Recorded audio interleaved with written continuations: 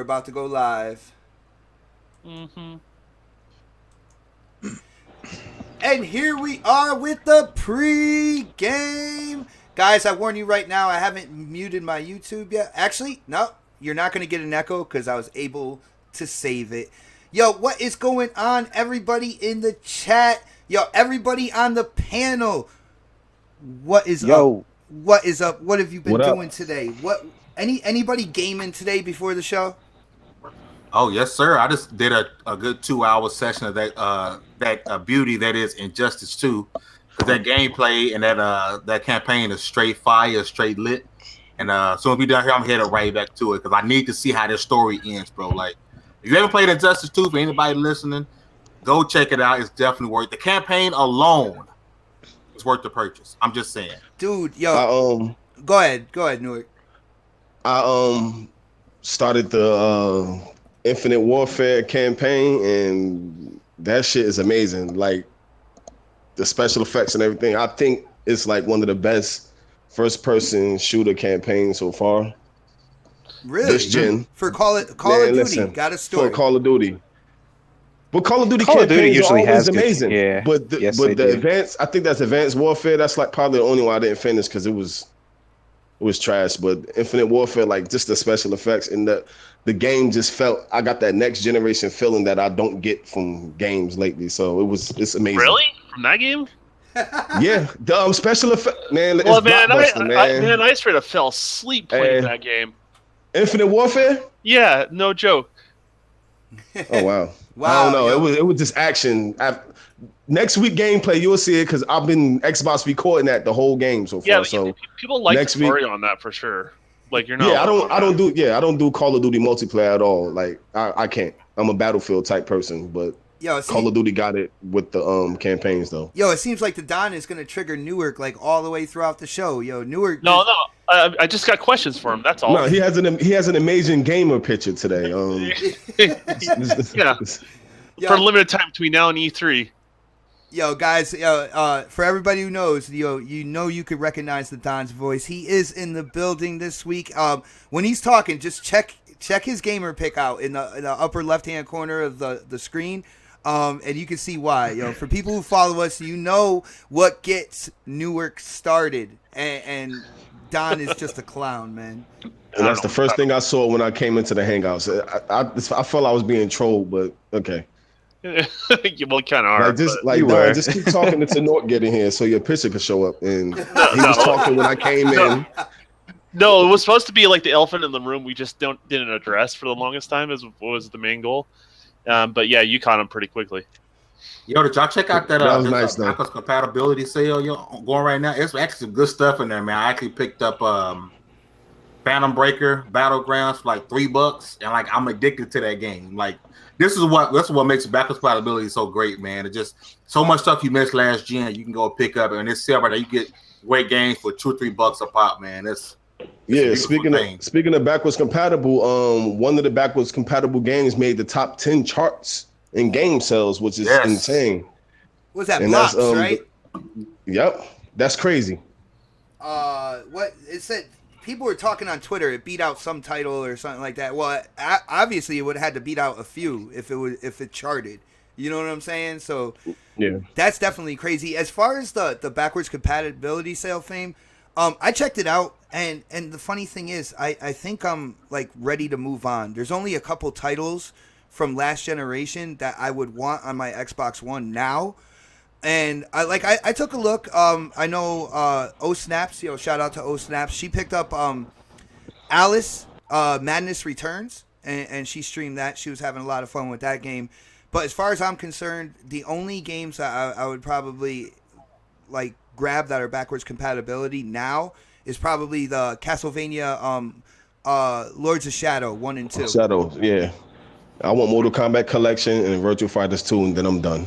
I wonder if the first Crackdown will go BC before Crackdown 3 drops. No, I'm hoping that Probably they give so. the first two away with. Oh yeah, with the Crackdown 3. title, yeah, that'd be smart. But I'm hoping that it goes E3 announcement. before the game actually released, because I want to get back into it now. Yeah, I got Yeah. you, man. Get a little time. Get under ready your for belt. it, yeah. Yo, it's funny. A lot of people hated on Crackdown 2, But I don't know if it's just because it was one of the ways when my son was living with his mom. It was one of the ways I was able to kind of like communicate with him on a daily basis. But me and him used to go in on co-op, and we got the toy chest DLC. So we had like the freaking the rocket boots and stuff like that. Dude, I had such a good time playing Crackdown 2, and I don't know what happened in terms of like the gaming like community, because I see a lot of hate for that game, man. Nobody? Anybody play Crackdown 2? No, I played Crackdown 2. I didn't like 2. I liked 1 a lot. I liked 1 a ton. I think 2 just wasn't as polished. Like, it was just... The controls were just off on it. They introduced the whole zombie thing in number 2, right? Yeah. Oh, thing. Yeah, I thought that was weird, man. Go back to 1, improve on 1 with the completely destructive environments and multiplayer, and that's what I want. I got you, man. Yo, and the funny thing is, when 1 first came out, man, I was hyped up for that. I know a lot of people. Was it 1 that came with the Halo 3 beta? Yeah, it was. Yep. As a matter of fact, I didn't know anything about the game. Someone bought the game for me so we can play the beta together, and I instantly fell in love with the game. I thought it was amazing. Like, it's one of the few I go back to once a year and just play on. Nice. Yeah. I got into 1, like, and it was funny. People were like, well, it sold because it had the beta. I was like, well, the beta probably got a lot of people to get the game. But after that, like, me and my one of my best friends, his name's John, like, we were killing that game on a daily basis, like, taking turns. The same way we did with Grand Theft Auto. Like, with Grand Theft Auto, we used to go in and see who could hold 5 stars the longest and stuff like that, and go back and forth. Yeah. I don't know. I had that feeling with Crackdown. I have fun, like, with the agility orbs and stuff like that. Like, I'm actually pumped for this year, and like the new Crackdown is one of my most anticipated titles, man. That game has to drop this year, right? Yeah, it has to. It has to drop. Well, yeah, I would. Yeah, I'll put it this way. I don't see how it couldn't. After going to GDC. Yeah. So. Yeah, I don't see. I wouldn't be surprised it's ready now. Yo, shout out to Who's Next in the chat. He's like, sup Ponybot448. Sup Who's Next? What is going on, everybody in the chat? I see Drop D Unchained, Skint Eastwood. There's somebody out there, man. I gotta say, I was mispronouncing your name so bad. I was calling you Nightly Can, but I'm gonna let everybody on the panel know it's Night Lycan. All right, he's got this werewolf thing and stuff like that. So shout out to Night Lycan. Shout out to Newark NJ. No, I'm just playing. Well, one thing I wanted to hit in the pregame, yo, Foos, man, let him know. Injustice 2, who is the man with Atrocitus? Let him know, man. Yo, Xbot448's the man with Atrocitus. But did you beat my Batman with Atrocitus? Yo, your Batman is sick, man. You got a couple gaps, man. But once you string that all together, dude, I'm not gonna be able to get a hit on you, man. Oh, I hope nobody's able to get a hit on me. Yo, and you got the that black and yellow costume with the old school. It's like the old school TV show bat symbol on his chest. His Batman looks ridiculous, man. Yeah, that's what they hit it on with those armor pieces, man. Oh my goodness! And then every one of them has a different attribute, and you can re-roll them. They hit it with that. Guys, just to let you know, yo, Foos, anybody who plays Injustice 2, my son, the oldest in the house, his gamer tag is Mad Skills. His name is Justin, though. He let me know something. In your kind of like loadout section, they have AI loadouts. Yo, take an AI loadout and pump that shit up. Yo, put the best pieces you can on that thing.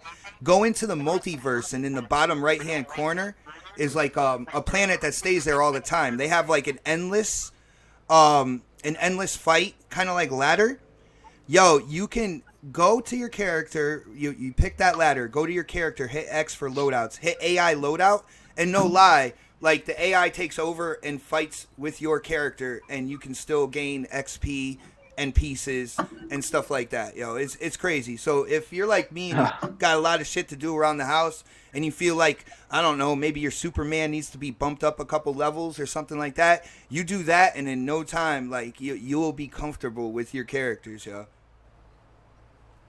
Damn.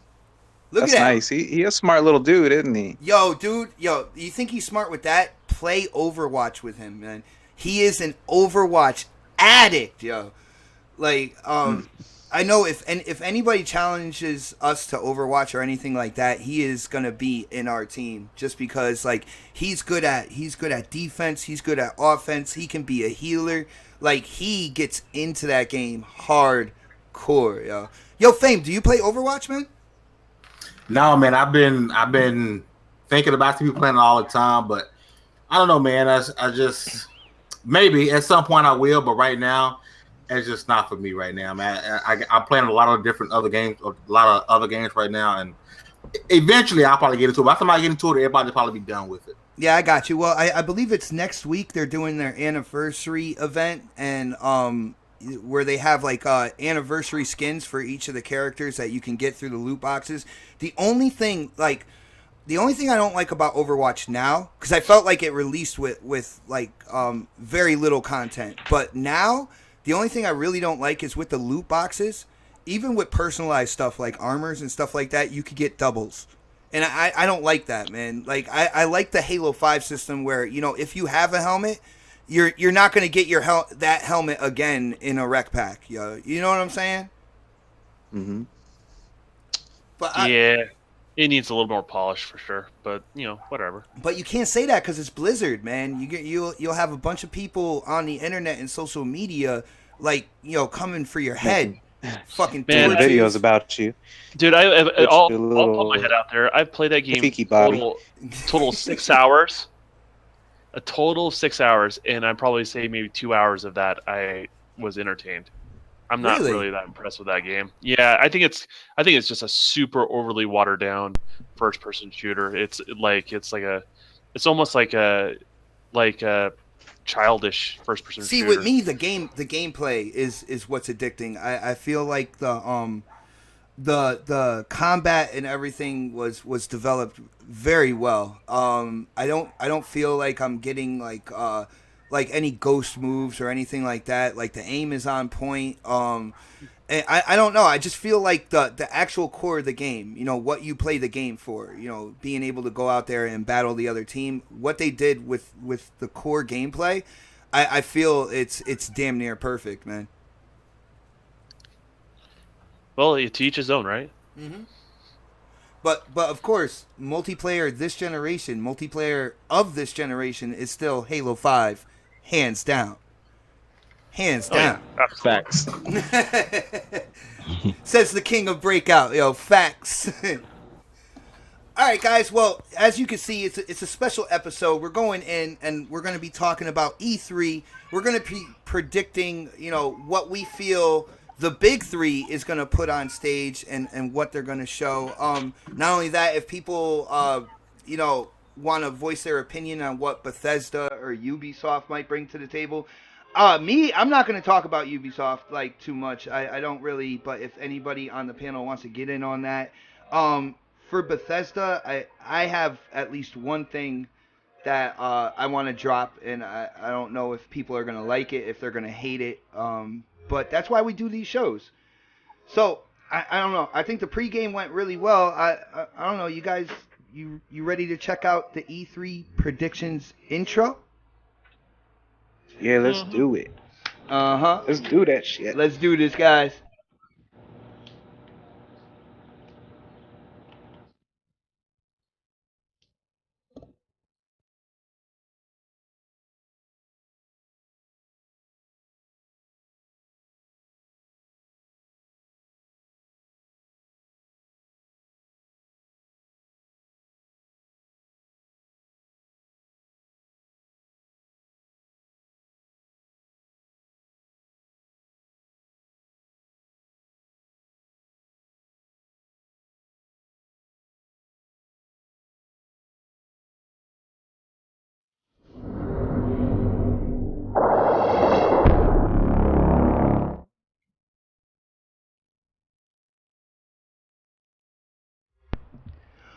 What's going on, people? It is Saturday night and it's time for another episode of the next podcast. But guys, this is a very special episode. This is our E3 predictions.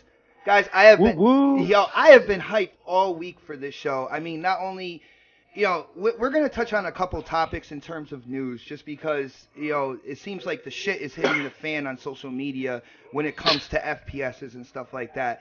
But it is cool to take a break from news and stuff like that and to get excited about a gaming event like E3 and to kind of sit back and think about and voice your opinion on what might be shown on the stage. I love these shows, man, and it is our second one. We did one last year. It was a blast, and we got to get in on 2017. Now, with that being said, we do have a special guest. It is his second time here. It is my brother from way back. I mean, like far back as We Game Here, Hard Knock Gamers. He is an awesome gamer. He's got an awesome YouTube channel. Let me introduce Fame Entertainment 2K. Man, you're being way too generous about me, man. But I appreciate you having me on again, man. Actually, being on time this time was actually very important for me. But yes, I am Fame ENT from TICGN.com, The Inner Circle. I am the host of one of the Inner Circle's podcasts, which is a Double XP podcast. I'm also on the Multiverse podcast. Make sure you guys check out our website, TICGN.com. Make sure you guys check out the channel if you get a chance. I guarantee you might hate me for something I say, but hey, I appreciate the view anyway. Nice. Fame, we go back a long time, and we go way back. Dude, I don't think I was overdoing it at all, man. Like you're talking like I put the cherry on top and everything, but in my mind, man, you are a gamer. You always have some interesting opinions, man. You drop facts out there. Yo, definitely check out his channel. Unfortunately, I did not put the link in the description below. So if any of my moderators, Alan, if you would be willing to go over to Fame Entertainment 2K's channel and post a link in the chat, I would definitely appreciate that, and I will put it in, as soon as we get done with the show, Fame. Much appreciated, my brother. Well, again, thanks for having me on, man. I'm glad to be rocking out with you guys today. No doubt. Now, let's go down the list, and I'm going to introduce this guy first because it's been a while, and, he might be a little rusty. He was out there milking some moose. He did a Destruction Derby. He was saving the rainforest. Please, everybody, stand up. Show that respect. Kiss that ring. The Don. Hey, what's up, guys? Man, I've been having so much fun the last couple weeks, and that's why I've been gone. But, I'm back, full throttle and all that good stuff, and just in time for E3, right? Yeah, no doubt, man. Like, I hope you're not too rusty, man. When you're out there saving the rainforest, the moisture in the air, like moisture and metal don't get along. So I hope you're okay, man. We will walk you through this show and make sure, you get back in the swing of things, dude. Yeah. Baby steps. We're all good. We're all good, man. All right, guys. Let's go next on the list, and he is the self-proclaimed king of Breakout in Halo 5. I call him the Wizard of the UWP. Of course, we're talking Newark NJ. What's going on, everybody? Welcome back to another amazing podcast. I've been waiting for this E3 since last E3, and it's finally here. We have less than a month for the reveal of the Scorpio. Cannot wait for that, and hopefully, I'm not going to bring up the price because that triggers, but hopefully. What price? Hopefully it's $399. That would make me happy, but no, wait. I don't think it's gonna be $399. But moving on. X, about to interrupt real quick. What is this game that Snap is playing in the background? It is called Jump Stars. I don't believe it is out yet. Me and O Snaps, we got a kind of like a preview or review key. And we jumped in to see what it was all about. It was actually a lot of fun. It's like it's like a TV show. Like your characters are boxes, right? But they have personality to them. You can pick different. And it's like a TV show, but you have the TV announcer wanting you to fight amongst each other. right?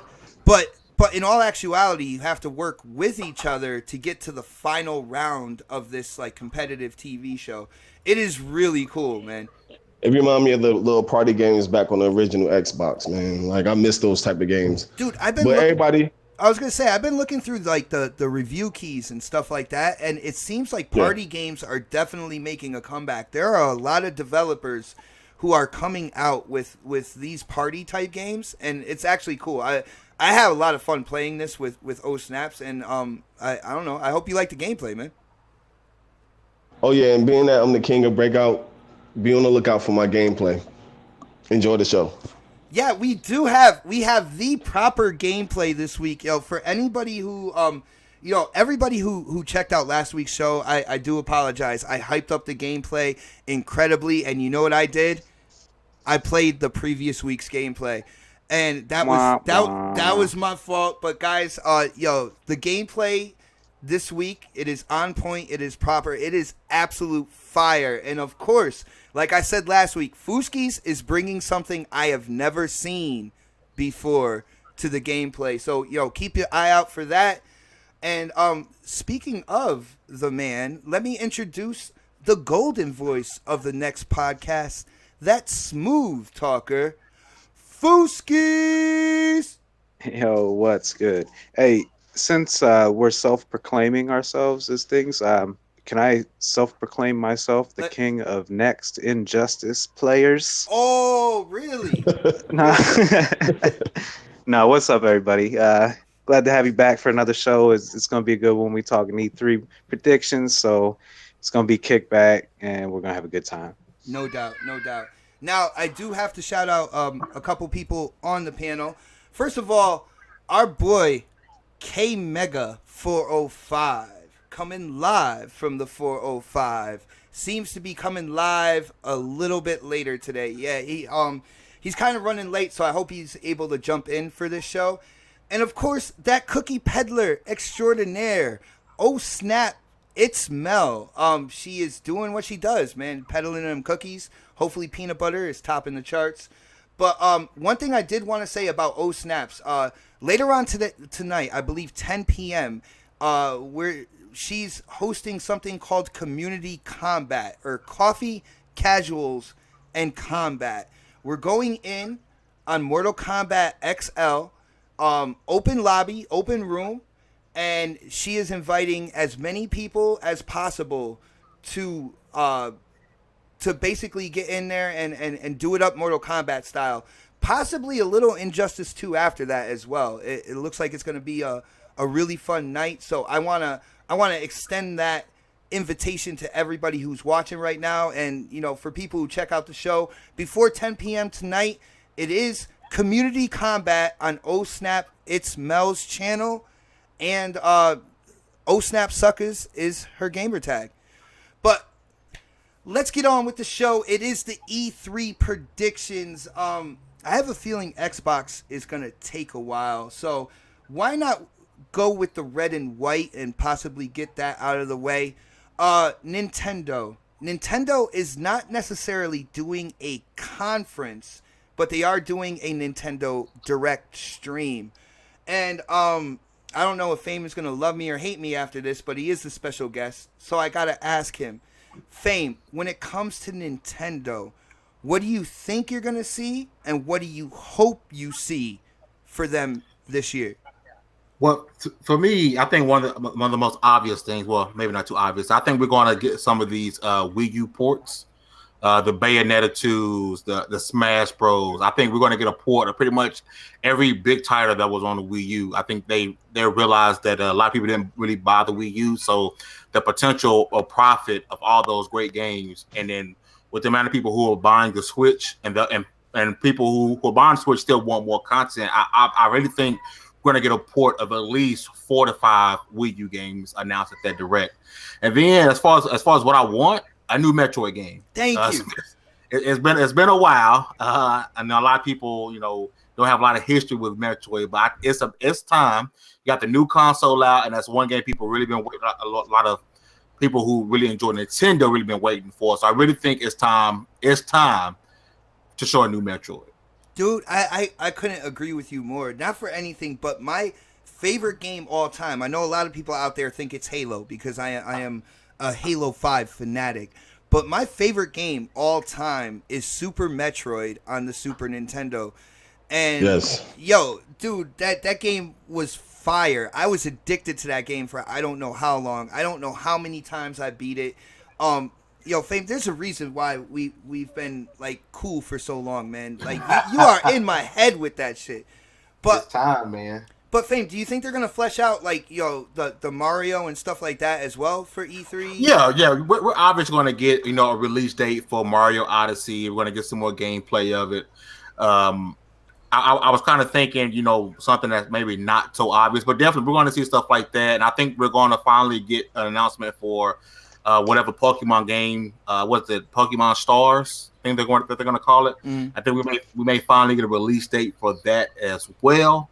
But for me, I'm really excited about the Wii U ports. I didn't have a Wii U, so I'm really excited about playing some of the games like I missed last gen, Bayonetta, etc. Mm-hmm. I think the Pokemon Stars is gonna. I mean, right now the Switch is already hard to find. When they drop an actual Pokemon game on the Switch, they're gonna be even harder to find because that thing's gonna sell even faster than what it's selling now. Because that's just how big and that's the effect that Pokemon has. But I really think the big hitter besides Pokemon, I think really get people who mostly play on the Xbox and the PS4 to get them over to a Switch is a new Metroid. Dude, man, yeah, we are driving down the same street with that, man. Like I think it's inevitable that a Metroid is gonna happen. I think they're gonna announce it at E3. When it comes to Pokemon, I know it's so addicting, but would you like it's so popular and stuff like that? But are you excited for another Pokemon game, man? I mean, not necessarily, me being excited, but I just know as far as the company goes, as far as Nintendo goes, talk about selling some software. Straight cash, homie. Yeah, that's an automatic, system seller. It's gonna be top of the NPDs when it drops.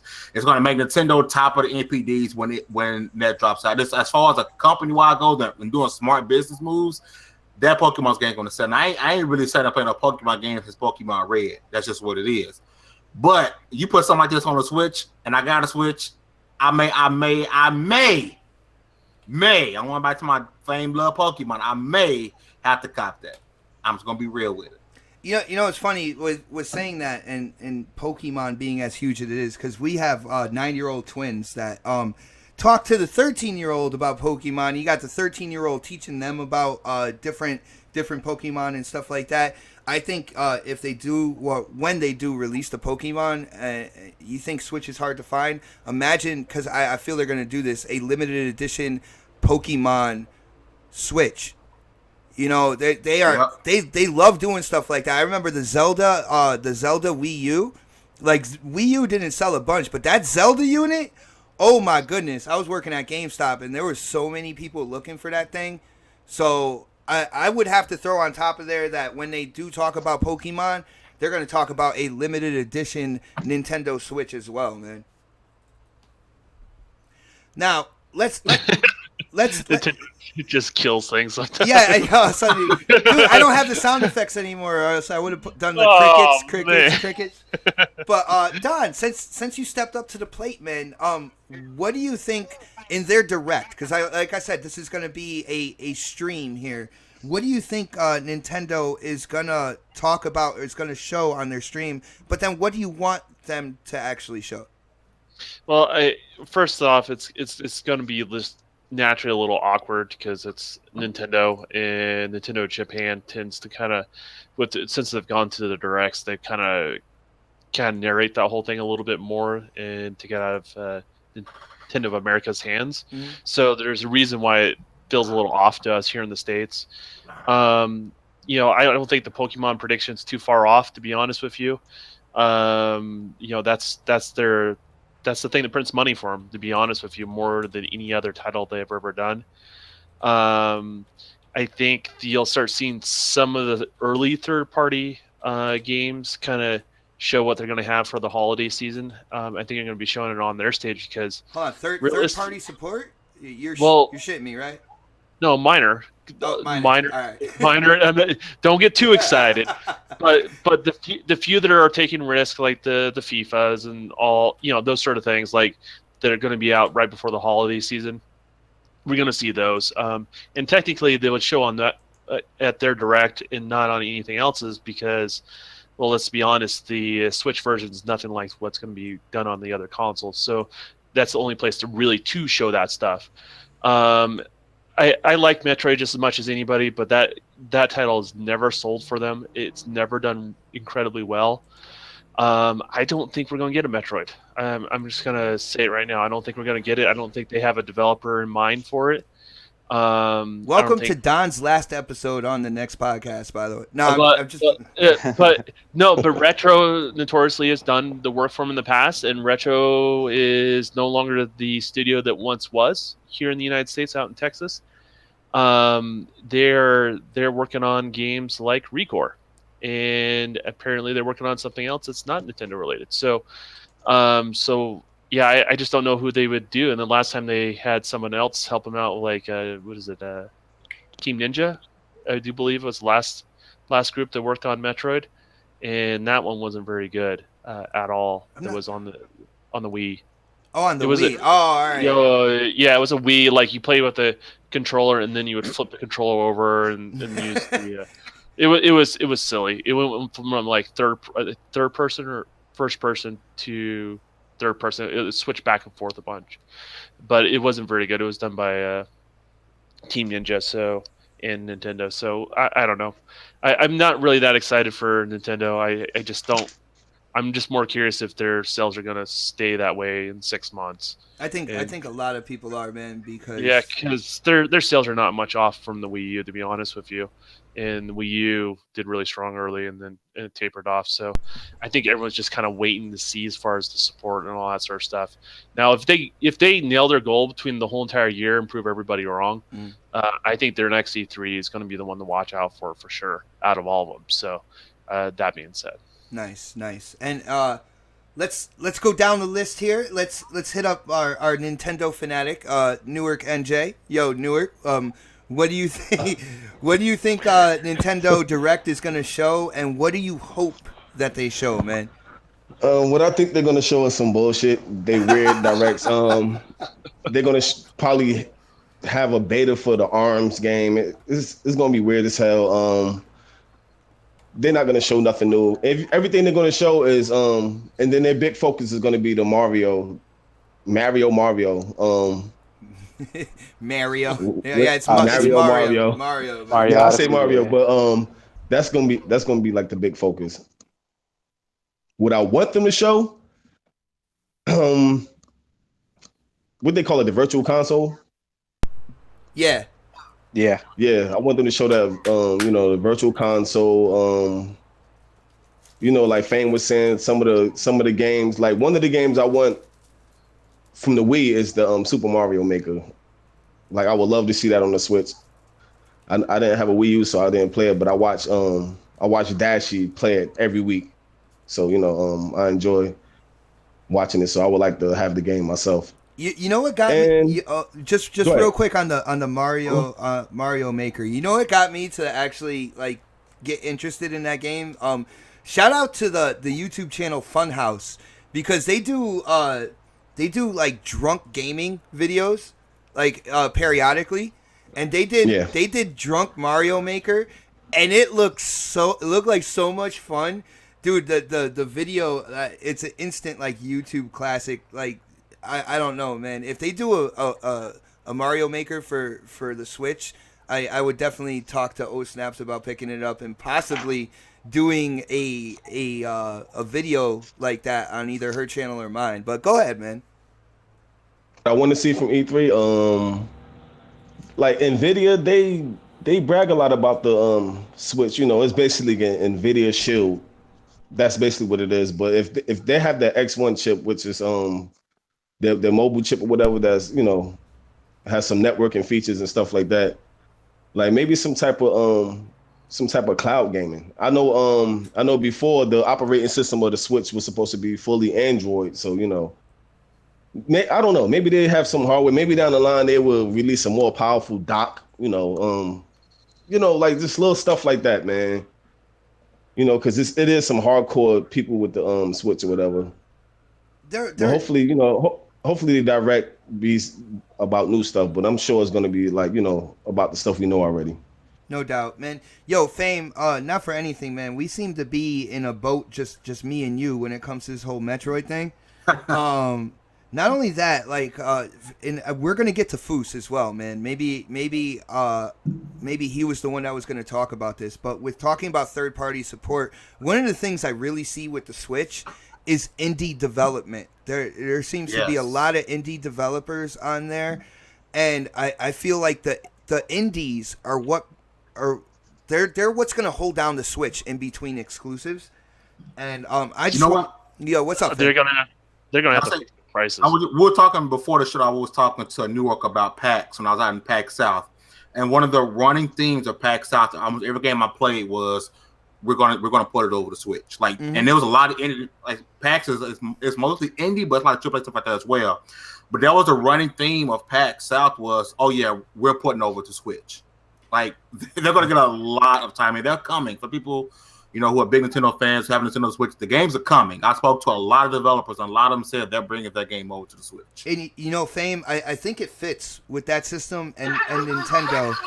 Whoa. Yeah. All right, we're calling there's a crowd outside my house with torches and pitchforks and everything. But I think with Nintendo and their like their platform and kind of like the gaming community there as a majority, all right, I'm not saying everybody within the community. I feel like indies really do fit on the Switch, and I feel like they can possibly hold people over, in between Nintendo exclusives. And I hope, like, during this direct, like how Xbox does that whole indie sizzle and stuff like that, some people love it, some people hate it.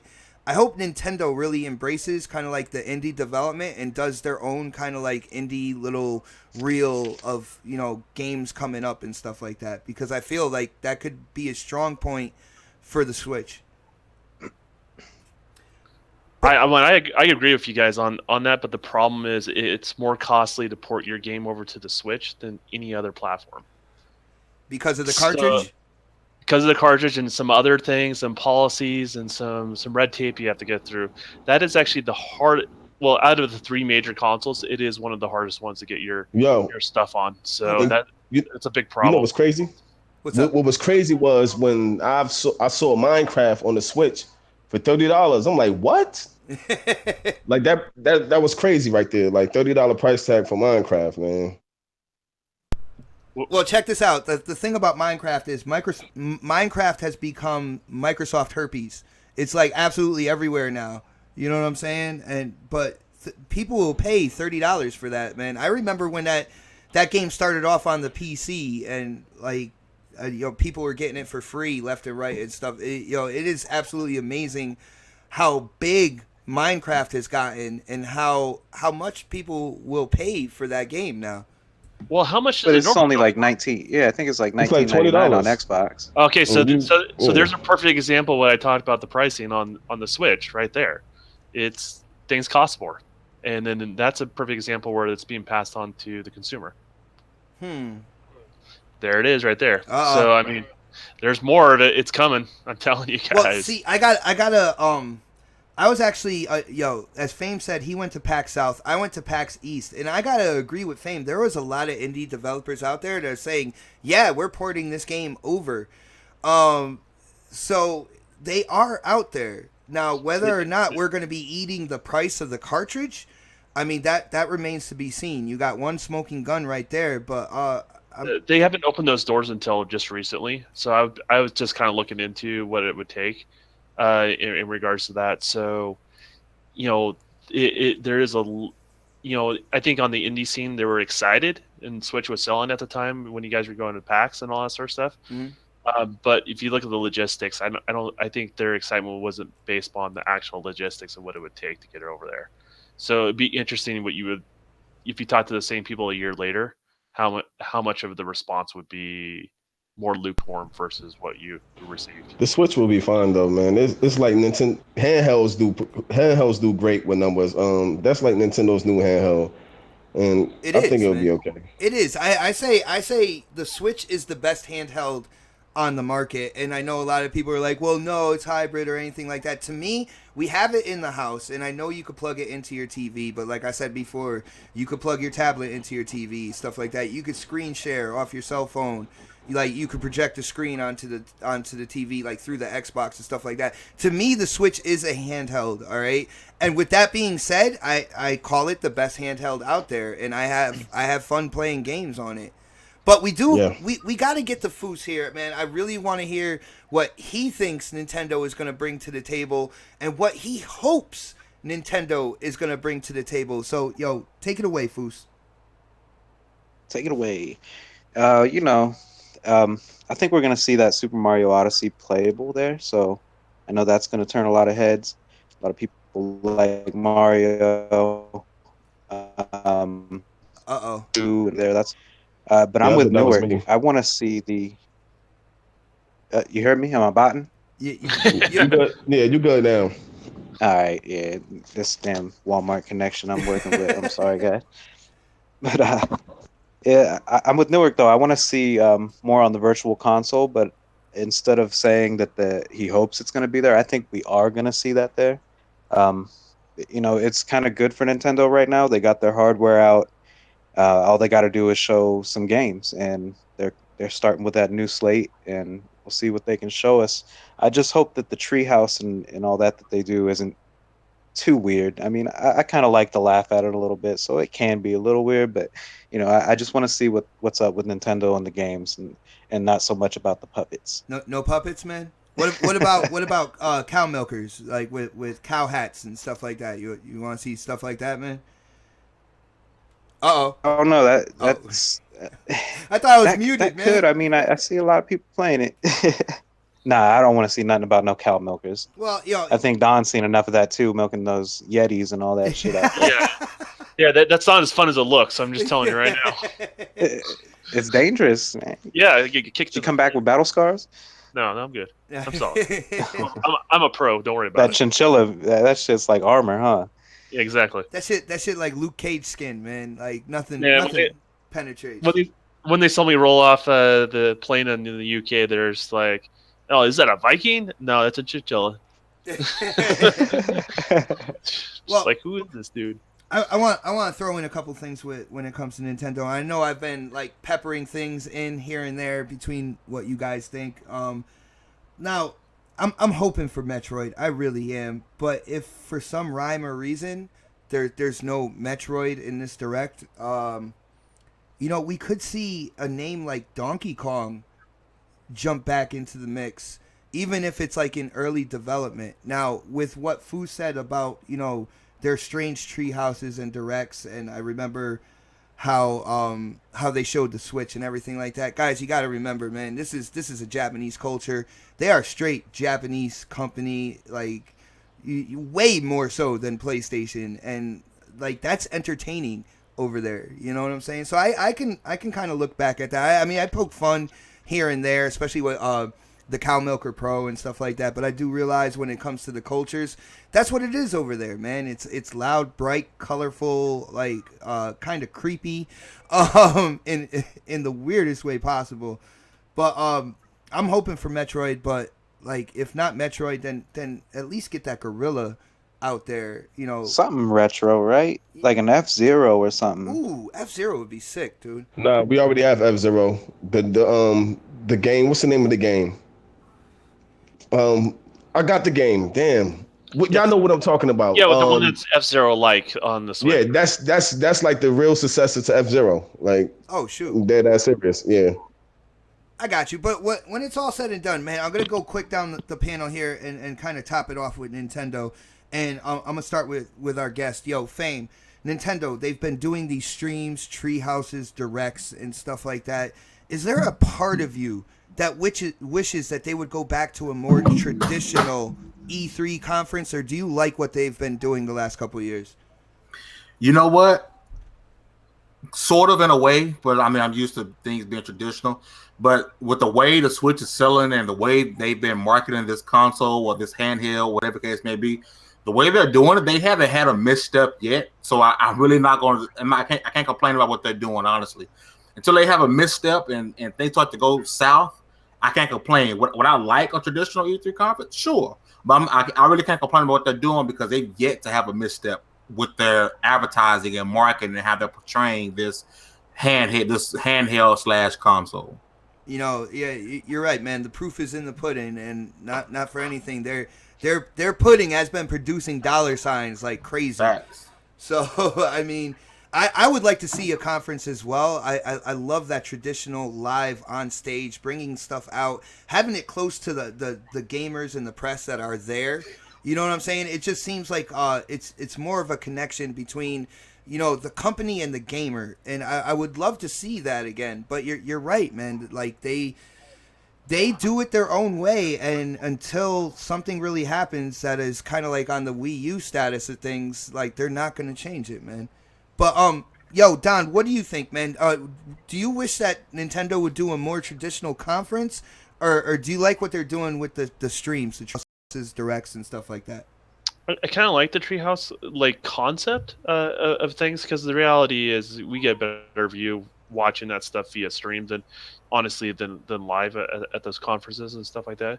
As being somebody that's been to them before, you know, even though they're more of a spectacle now than when I've gone, you know, you're better off just watching it remotely. But what I do wish is, you know, and I understand they're a Japanese-based company, like, and I don't want to take that away from Nintendo.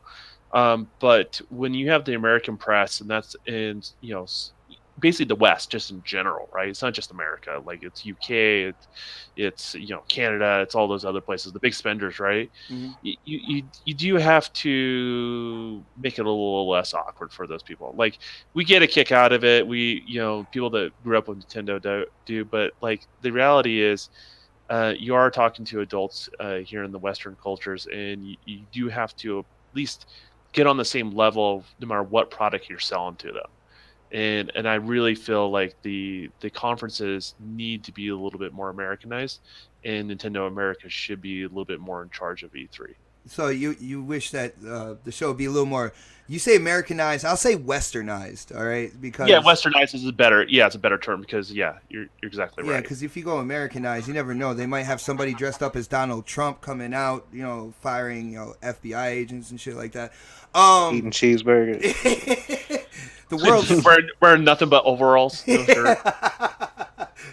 Oh man. All right, let's move on to Newark. Yo, Newark, what do you think, man? Do you like what Nintendo's doing with the streaming, the direct, and the treehouse, or do you wish that they would go back to a more, you know, traditional conference when it comes to E3, man? I don't think they have enough content to go back to the traditional way, but I like the new way. I'm just being honest. I like the new way that they're doing now because Nintendo is different. You know, that's what makes them unique. And it's another way, you know, to keep them feeling separated from the other two, you know. So I like the new way. All right, I got you, man. I got you. Yo, Foos, what do you think, man? Yeah, all the shit I poke at the treehouse, I think it's not bad. I mean, would it really be any different if they had a conference anyway? They're still going to be their quirky self. So yeah, I'm okay with it. They can keep the treehouse. It's all good. I got you. You know what's funny, man? I can tell the Nintendo fans that are on the panel and stuff like that, because nobody said anything about Splatoon 2, because I heard there's, you know, with that game, there's possibly DLC as well once that game releases and moves farther down the line. Oh yeah, that's what the wife waiting for. Yo, Splatoon 2, we were able to take, me and O-Snaps were able to take part in that kind of like beta testing thing. That game is the truth, man. Hey, Dude, fire. you want to hear something funny? What's up? When we first got the Switch, the Splatoon 2 was up there. I thought it was a demo. So when I launched the game, I couldn't. It said I guess network or something not available at this time. So I thought the game was, you know, I thought I had to just delete it and reinstall it. Don't know why Nintendo does this, but when you delete something, like you can't get it back ever. Really? Well, I guess this was just a beta, but I didn't know it was a beta, and I missed the whole beta. But when I deleted it, it says I already purchased it, but there was no way for me to get it back. Yo, which was crazy. That's crazy, man. Like, We haven't dealt with anything like that yet. Like we only have a couple games. We have Mario Kart, which is on cartridge. We have Snipper Clips, which is digital. So we haven't really tried to like delete anything off the Switch, but that is something to look out for the future. Yo, anybody in the chat, if you do have a Switch, if you have deleted something that was digital on your Switch, let us know in the chat if you were able to get it back. If so, kind of let Newark know. He's on Twitter at NewarkNJ360. He's on the show right now. You can hit up the chat. Let him know if there is a way to get that stuff back. But moving on, I'm going to leave this choice to our special guest, Fame. Fame, we can go one of two roads right now. We can go Sony and PlayStation, or we can go Xbox. Let me know. What do you think we should do next in terms of the conferences? Well, isn't it standard to save the best for last? So let's go ahead and do PlayStation now. We can hold on to Xbox for later. Shots fired. My brother. All right. Well, for some rhyme or reason, like the past few years, when it comes to PlayStation and their conference, there's people out there that always try to talk about who won E3. Now, the media out there seems to be in love with PlayStation year after year. Now, I'm excited for PlayStation's conference, but I'm a little kind of I'm gonna keep that kind of low keeled a little bit. I'm not gonna get like all absolute crazy, but since we do have a couple PS4s in the house, I'm looking forward to seeing what they have to offer. Now, let's hit the Don first. Yo, Don, when it comes to Sony's conference, PlayStation 4, what do you think is going to be on stage, what they're going to show, and then what do you want them to show? I think they're going to show a revised version of the Pro. It's not going to be like anything done to the chips, just the UHD player. That is it. Don, did you steal my notes, man? No, that's obviously what they're doing. They're probably going to drop the price a little bit because they try to anticipate what their competition's doing as well. I would imagine they just have to, regardless of what they've said in the past, they have to stay relevant in relation to their competition. And if they don't do it, it'll come back to bite them. So that's what I think the revision is, and all the newer SAC stuff that's going on. That's a player would justify all that. So I think that's going to be slightly revised, and that's really it on the hardware front of it. They're going to be showing a lot. I mean, all the rumors showed that they're going to do a lot of third-party like marketing deals. Let's say they're not actual marketing deals or not. I have a feeling a lot of third parties going to be shown on their stage, and that's actually what's exciting to me on the PlayStation stage, because I'm going to see all the cool third party stuff there as well. So all the known quantities and some of the newer stuff. They'll probably show a lot of rehash games we've already seen before, maybe one new game on top of that, and probably no release dates. Probably one or two release dates on something. That's it. But they'll be banger things. They'll be exciting to watch. They'll be eye candy for sure. So, am I the only one here? No. I'm on mute. I was talking. I have to do it at least one time for show. But dude, cool. You have sparked a lot of questions within me with saying this. Now, first of all, when it comes to third-party support, we know that they have, Call of Duty, they have Star Wars, Destiny 2, in terms of marketing rights and stuff like that. What is that one third-party game that you can't wait to see on that stage? Destiny, that's definitely not they got all the third-party deals about games that don't get me overly excited. Like I've said, I've never been a big Call of Duty fan ever. The last one I played, I fell asleep at. This next one though, man, I'm not a Call of Duty fan either, and I haven't bought one since maybe Call of Duty 2 on the 360. Yeah, that's true, because this last one they're doing is kind of a little bit more of a departure than what they've done in the past. So that is actually more exciting, at least to watch. Mhm. I don't know if I'll pick it up because, as I said, I pick a Call of Duty up once every 3 years, roughly. Destiny, I had a lot of fun on the game, but I've also had more bad times playing that game than good. Well, they You know, fixed it, man. They fixed it. They said with Destiny 2, it is all fixed, dude. Yeah, and I'm not saying I'm not gonna buy it or anything like that because I'll probably get sucked into that trap, right? But it won't be willingly, you know. He's gonna be dragged, kicking and screaming. Yeah, exactly. But the problem is, like all the people I usually play with on that game, what made that game fun in the past was, the co-op people that I would play with. None of them were interested in the game, so like that's kind of an issue. So I just don't know what to really be excited for. I'm more excited for what they're gonna maybe like. There's more studios. There's more stuff coming. Mhm. I know there's more stuff coming. It's just we just know about the certain quantities that are been out there right now with current marketing deals that have been signed well in advance prior to this E3. So, but you're going to see more than just that, because I don't think they have any more in their pocket to kind of show early on outside of maybe Last of Us 2. Well, see, Don, gameplay. I'm gonna pick on you here a little bit, man, because like what happened to Days Gone? God, Who let this guy in? My goodness, guys, everybody in the chat, put your hands together for that gamer coming live from the 405 K Mega. What's up, man? Long mother. What's going on, Mega? What's up, everybody? What's up, Looking man? at your Gears gameplay right now. You're giving everybody the business. Yeah, man, I've gotten a lot better. What's up, Fame? Man, glad to have you back, brother. What's going on, my brother? What's happening? up, man? No, good, man. All good. Don, glad to see you back from overseas. Yeah. You know what I'm saying? Milking yaks. You know what I'm saying? So I can't wait to try your Cambodian yak milk. Oh, man. You know what I'm saying? What's going on? How you doing in that? Have you got Injustice yet? Oh, ask Spot if I got Injustice. Yo, dude, his Batman is on point, yo. Yeah, well, you know what? You about to get that dead shot in that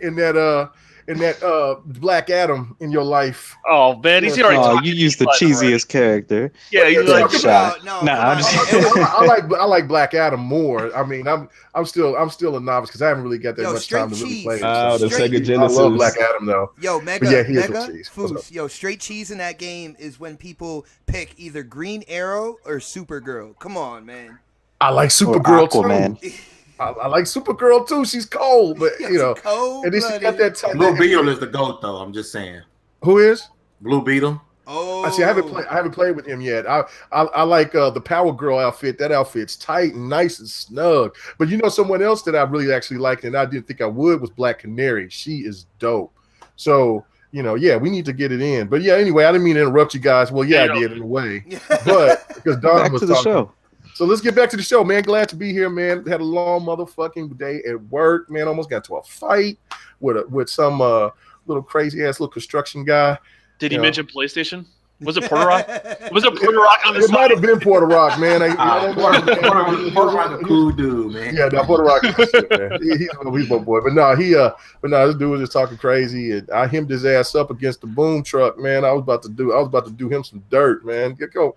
Come on, man. Anyway, let's get to it. I'm sorry, guys. Let's go. What's the topic? Well, see, we already did Nintendo, and if the Don doesn't mind, man, we really want to get K Mega's thoughts on this Nintendo Direct and what what you think you're gonna see with Nintendo's Direct and what you're hoping to see when it comes to Nintendo at this year's E3, man.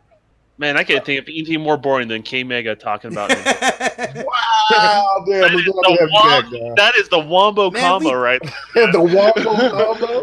Yeah. Yo, we gotta get Omega caught up, man, and this is the best way to do it right now. Legend.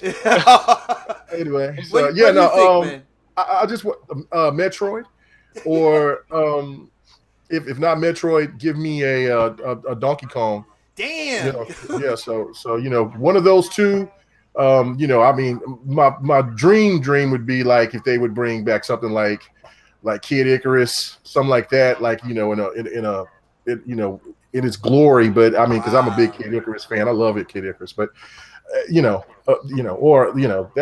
those three, any of those three, and I'm winning. I'm not a big Star Fox fan, so I'm not really worried about that. But yeah, if they could give me a Donkey Kong or a Metroid, because Metroid's long Metroid overdue. number one though, right, man? Yeah, Metroid's number one. Yeah, but who would you have make it? Because like we would have the Don make it, of course.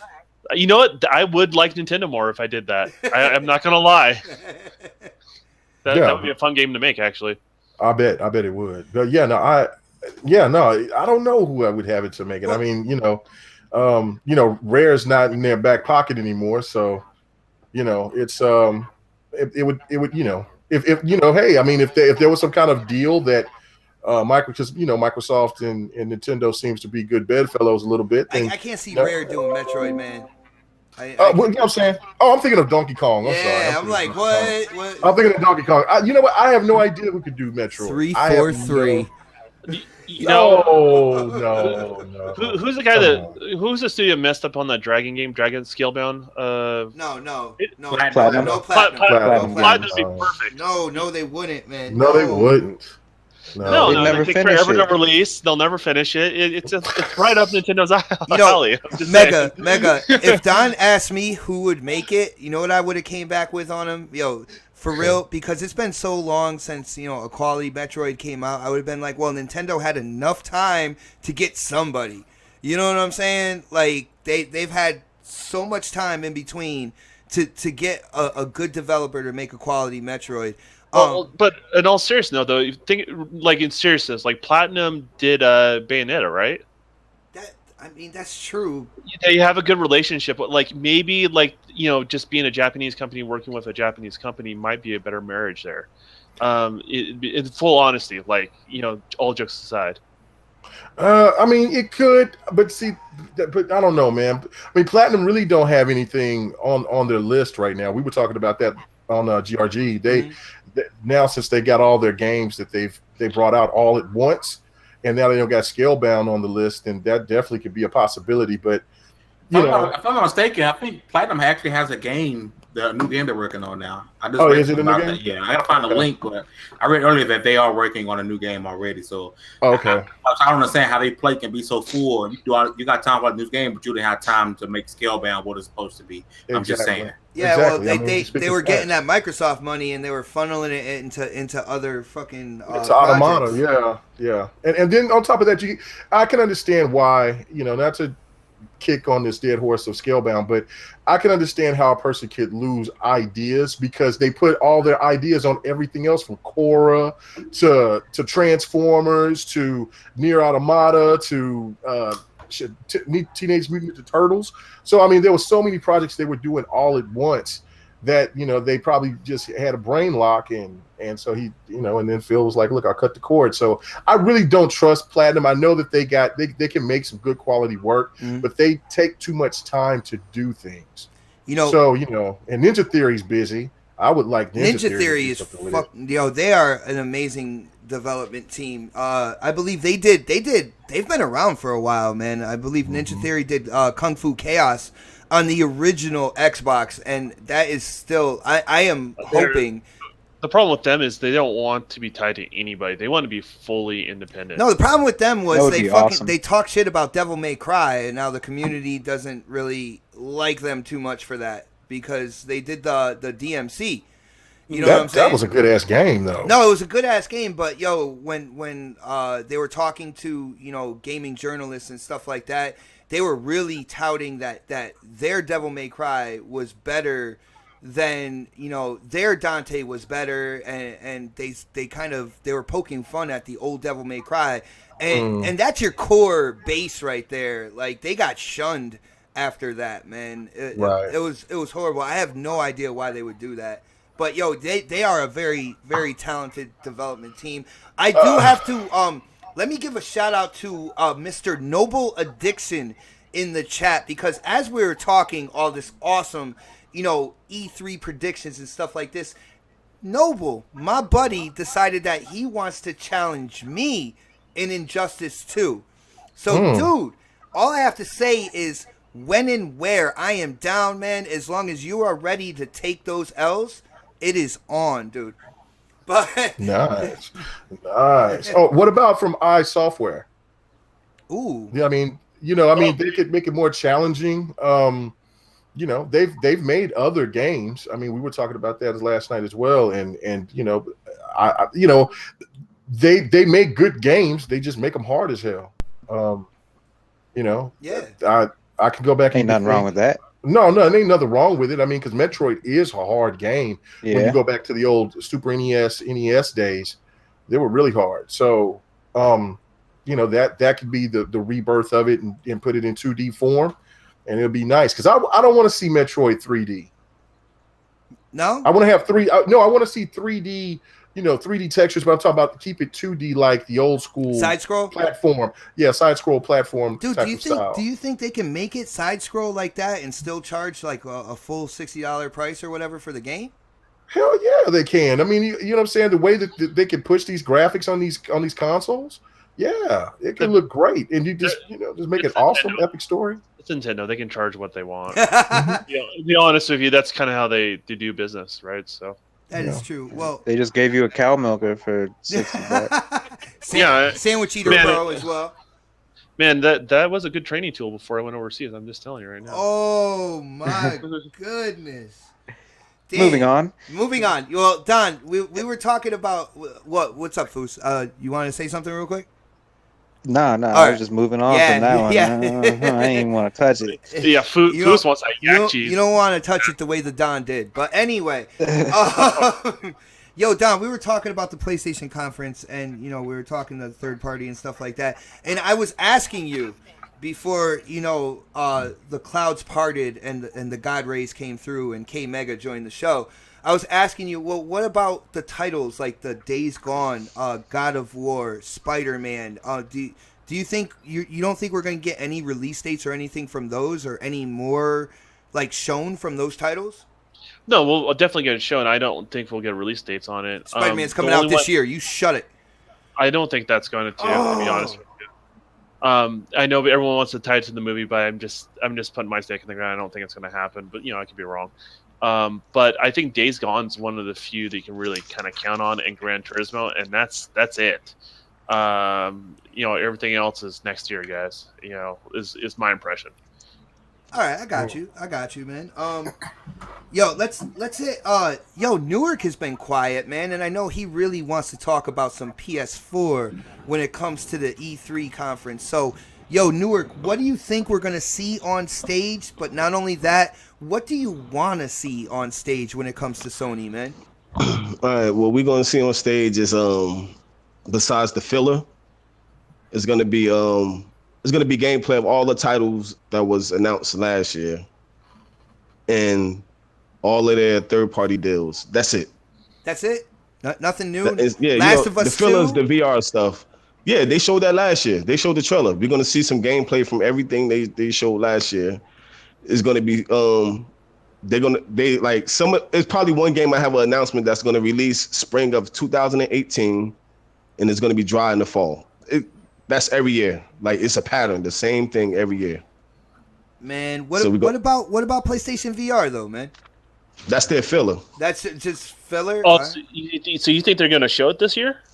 PSVR? Oh, they are. better. Yeah, they are. Because last year's they didn't really show it. So do you think That's why they're showing it this year. Yeah, you think They so? have I mean, to. they could save the PSVR stuff for the little Sony whatever you call it at the end of the year. But the Sony experience, The experience. yeah, Sony experience. PlayStation experience. Yeah, And it's also the PSVR it's also a rumor of a Switch-like device. Yeah. But Oh, that was real? who knows? The Vita 2 maybe. No, it looks freaky if the pictures are accurate from what that thing looks like. What are you talking about, that patent? No, it's it like- was an actual. It was some concept images also. I thought it was fake until I seen like a real website. Now, Hosted. when did these pictures come out? I'm curious because Just like a week ago. a week Yeah, ago. I Yo, saw what this if I told you over 2 weeks ago, Snaps predicted like a new like Vita or a handheld type Sony like hardware? Like we were talking about this building up because we're getting ready for the E3 prediction show. Is a big show. I love doing these shows, and she actually predicted something along the lines of a new Sony handheld, which I mean when I talk about the Switch, that's what I call the Switch. So that's kind of crazy right there, yeah. Yeah, but it's like I don't Needed know, to, man. bite from everybody in the industry. Yeah, man, do they? But So no new IPs. No, I know like I know a lot of people in the PlayStation community would love like a new SOCOM or something like that. They're not bringing I mean, anything back like that, man. it would be new IPs, but from what they announced last year, the exclusive, they got it on lock for I said the next 5 years because each of them exclusives is going to come out one time in the spring. Like it's a pattern, I'm telling you. And then another prediction is a PlayStation 4 Pro with the 4K Blu-ray player. Nice, nice. We actually got two people. It's funny, man. When I talk, like, I know I brought this up on BGST. I've talked to Mooch behind the scenes and stuff like that. When I talk about a new Pro with a UHD, like, people tell me I'm crazy, but I got two people on the panel that actually agree with me. This is amazing. Yeah, but their standalone player is doing horrible. Like they're gonna use that PlayStation to move their brand of Blu-ray player. Watch. Won't be. I'm telling you. Which it should have done in the first place. Yeah, Sony is so like predictable, like it's crazy. All right, man. All right. Well, let's move on down the list. Let's keep going. Let's hear from the golden voice. I think we need some candles lit out there in the chat and whatnot. So, Foos, when it comes to Sony and PlayStation, what do you think you're gonna see? But then, what do you want to see, man? What do I think I'm gonna see? I'll tell you what I know I'm gonna see. Oh. I know you like it or not, they have a lot of exclusives to show. I mean, there's probably like a good 8 of them: Days Gone, Death Stranding, Detroit, God of War, GT Sport, Knack 2. There's a lot. Damn. So we're gonna see a lot of that. I'm gonna go with what Newark was saying about the VR. I think they have to show it, man. Their marketing was so bad on it. They've got to do something. They got to get those units selling. So I think we're gonna see some VR for sure. I'm kind of stunned with you guys saying the new hardware for the UHD player. I mean, yeah, they should have had that in there, but man, that's a lot of hardware in the last couple years. So. Yeah, but it's not. It doesn't cost much to add that to it, and then the chips have gotten cheaper. That's the reason why I say it. And then there's a lot of filings with the FCC. So do you think is that a good decision? Do you think, Don? Well, it's a pro-consumer decision, which is always a good decision. I think. And okay. Trying to stay relevant. That's a pro new consumer decision, but yeah. But it's also relevant, right? It's a relevant, make sure your hardware is relevant compared to their competition, right? Yeah, it's necessary. Yeah, there's a lot of things that are necessary that Sony just is going to have to take control of. So, but yeah, I that's about what I think, man. And then God of War, we may see a good bit of gameplay for that, and I'm really excited. That's probably the game that's going to bring me to get a PlayStation. So, shoot, forward to that. I've been saying it for a while, and I'm excited. That's exactly what I'm waiting for. God of War. Nice. Now, Foos, I gotta ask because I am a Marvel fanatic. All right, I grew up reading Marvel comic books. I was reading today about the new like Venom spin-off movie that they're going to be making, and they're using the guy who played Bane in Batman.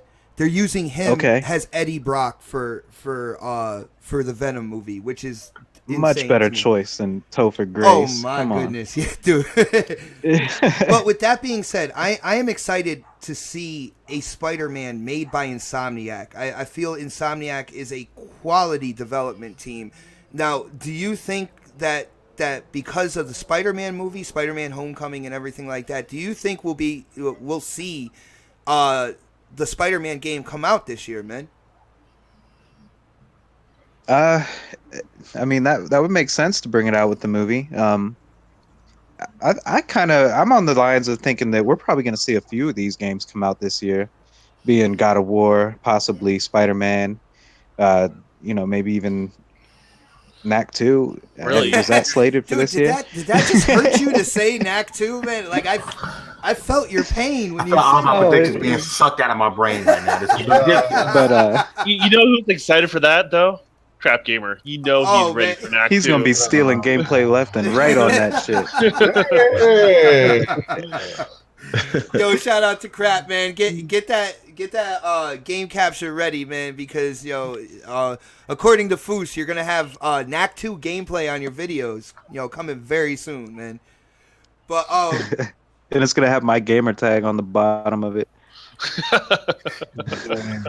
Foos, I am Fulsk is on fire yo, today. he is definitely on fire, and I'm glad that he put himself out on a limb when it talking about these Sony exclusives and how many like IPs that they have and stuff, because like I'm excited for the conference, because for people who follow me, like we have a PlayStation 4 now, and Spider-Man, man, I am a huge Spider-Man fan.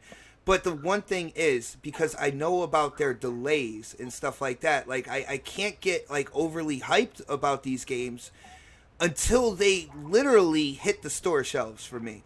Because like I've seen it this entire generation, like people getting hyped over a game, and then within like a month or two of its release, they're like, oh no, now it's got to be pushed back like this far and stuff like that. So that's the one thing that stops me from getting like really excited about the Spider-Man. I actually heard God of War might actually be delayed till next year. Kind of like Xbox. what's up? Newark's gonna get you. Shout out to Sam Walton. He said Spider-Man themed Pro will possibly a free 4K movie of the previous Spider-Man movie. So that would be dope. What? That would be That would cool. be dope. That's a good move. That's not out of the realm of possibility. For Like me. a digital copy of it, because it can't be they don't have a 4K Blu-ray play in it. So It'd be a streaming copy, yeah. Well, unless they add it to the Pro. yeah. That would actually be a really good way to market like the revised SKU. You know what I'm saying? If they do come out with that. But yo, fame. Since we're getting into this and stuff like that, man, I really want to hear what you think about Sony's conference, like what they are actually going to show, and then what you want them to show, man. Well, I will say it's kind of dope that we kind of for the most part, we're all on the same lines here, thinking with Sony. I think for the most part, we will see gameplay of Spider-Man. We'll see more God of War, Days Gone, etc. I did have in my back pocket that Knack 2 will be dropping this year. Spider-Man will be dropping in the spring of 2018, and I think God of War will get a fall 2018. That's what I think. Release. Yeah. I'm almost certain we will get a new Vita, and with that, I really want to be able to play more of my bigger PS4 games on the Vita. Like I would love, some of the Uncharted 4, things like that. I think they're not necessarily going to make a Sony Switch per se, but I do think they're going to make it to where you will get to play some of the bigger Sony titles on the new Vita. So I think we'll get a new Vita, and I think we'll get a release date of a lot of these, or at least a release window for a lot of games that we've seen already. They're going to go heavy into VR because they realized that they aren't doing as great as sales in VR as they would like. So it's time for them to begin to push it. Other than that, I'm not saying it's a bad thing, but think about the Sony conferences. We kind of already know what most of the studios are doing already. I do expect some surprises. I don't expect a lot. But I think a lot of the studios are already working on a lot of things. I think we will get a release date for the Horizon Zero Dawn story DLC, which I am looking forward to, because Horizon Zero Dawn is my favorite game this year, and it's not even, in my opinion, it's not even close. But other than that, yeah, man, that's actually pretty much it. A release windows, some VR, Horizon Zero Dawn DLC, and a new Vita, which is way more powerful than the original, and we can actually play a lot of our PS4 games on. That with that PS4 games, like having them kind of go out into that handheld market, that would be a really big deal. When it comes to Horizon, man, I gotta let you know, my wife has we have the game here, and she has confiscated that for herself. And she's not even. It's a great game, dude. Dude, Great game. She's not even like, she doesn't really get into single players, right? She loves the Your stream was multiplayer. dope that day too. Yeah, no lie. The day that we got it, she put it in and started playing it. No, it had to be like 4 or 5 hours later. She was still playing that game, and It's a great game. dude, it looks incredible. I can't wait to actually play it. I played it for maybe like 5 minutes. There was a part like she was like, well, I'm gonna go have a cigarette or something like that, and she handed me the controller. But then when she came back in, I had to hand it back to her. So, I'm looking to get into that. I'm probably either gonna stream it or game capture, walkthrough type, and so this way, my subscribers and everybody out there in the gaming community can actually, hear my reaction and stuff to that game. I feel like this Horizon will be to the PS4 to what Uncharted was to the PS3. It's that type of. It can be that type of franchise as long as it's handled correctly. I'm really looking forward to some story DLC. Hopefully being announced at E3, but it can be that type of game on the level of Uncharted on the PS3. You know what's funny is I remember Xbox hating on that game so much before it came out, and then I said like, look, let's just wait and see what they can do. I really don't think the Killzone series is their bag. This is a new type of game. Let's see what they can do. They're a talented studio.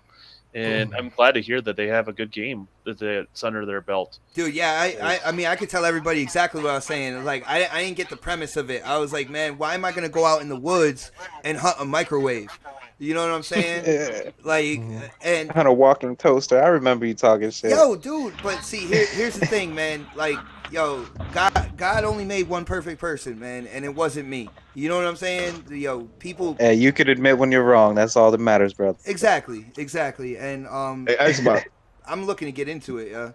What's up, Newark? Once everybody finished the PlayStation, I want to say one more thing about the PlayStation. Oh goodness. Well, this might take a while because next on the list is K Mega. Yo, man. It might be really short. I don't give a damn. All right, move on. No, I'm just playing. No, I think Sony's gonna definitely show Knack 2.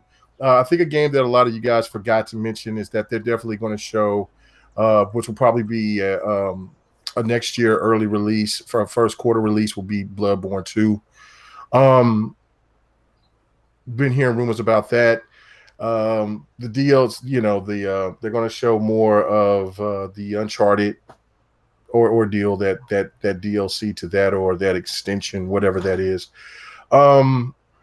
Spider-Man I think Spider-Man will definitely come out this year. Dude, that's all I need to hear from you, man. I'm still not sold on the God of War yet, because you have to put in consideration Nintendo is in the game now, and Nintendo is going to be a heavy hitter in the fall.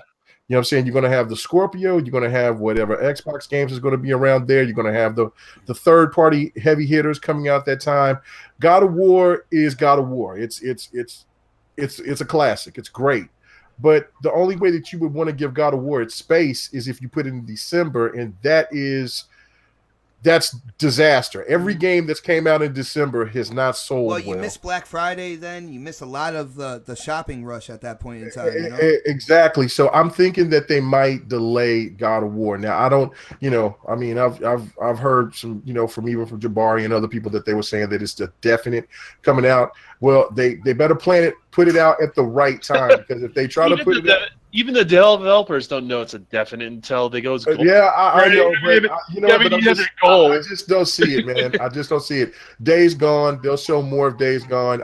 The game that I'm more interested in is Detroit. That game looks amazing. Now, so you're interested in Detroit? You like those kind of like theatrical type games and stuff? Yeah, I mean, that's what I was telling you. Until Dawn is my favorite PlayStation game. I'm not, other than me you're playing. Make me rent that shit, man.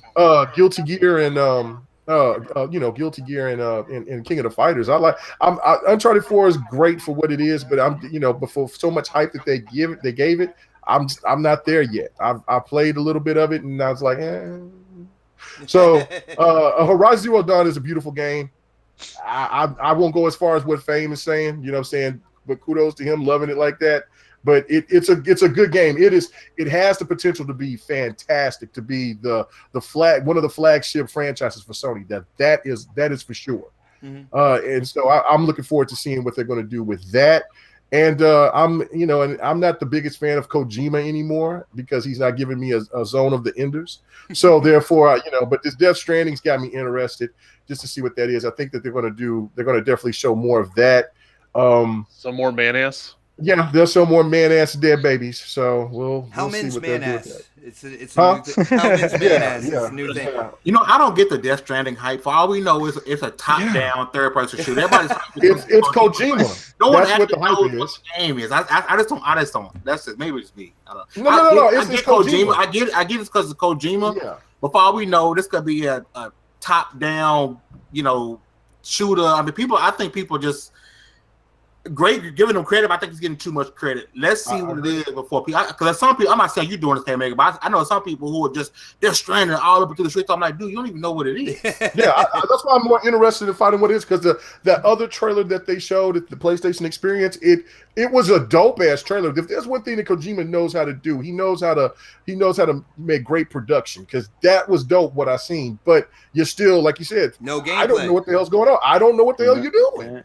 Well, you put the right actors' faces in that game too, and it make it jump. Just, Yeah, you see yeah. Ivan Drago, Mhm. and freaking what's his name from Walking Dead, and that shit sells just for that. Yeah, but you're not going to know what that game is until 2018. Thank you.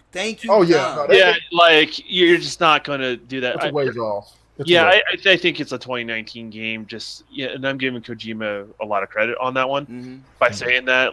But the interesting thing is they don't have to build up a whole new engine from scratch, and that's one of the things that took the last Metal Gear so long, because a lot of work was already done on the engine that Horizon Zero Dawn team was using. He actually helped, and they've been collaborating together on that. So he hasn't had to start from scratch. So it may be sooner than you think, but I would say 2019 with that guy. Okay.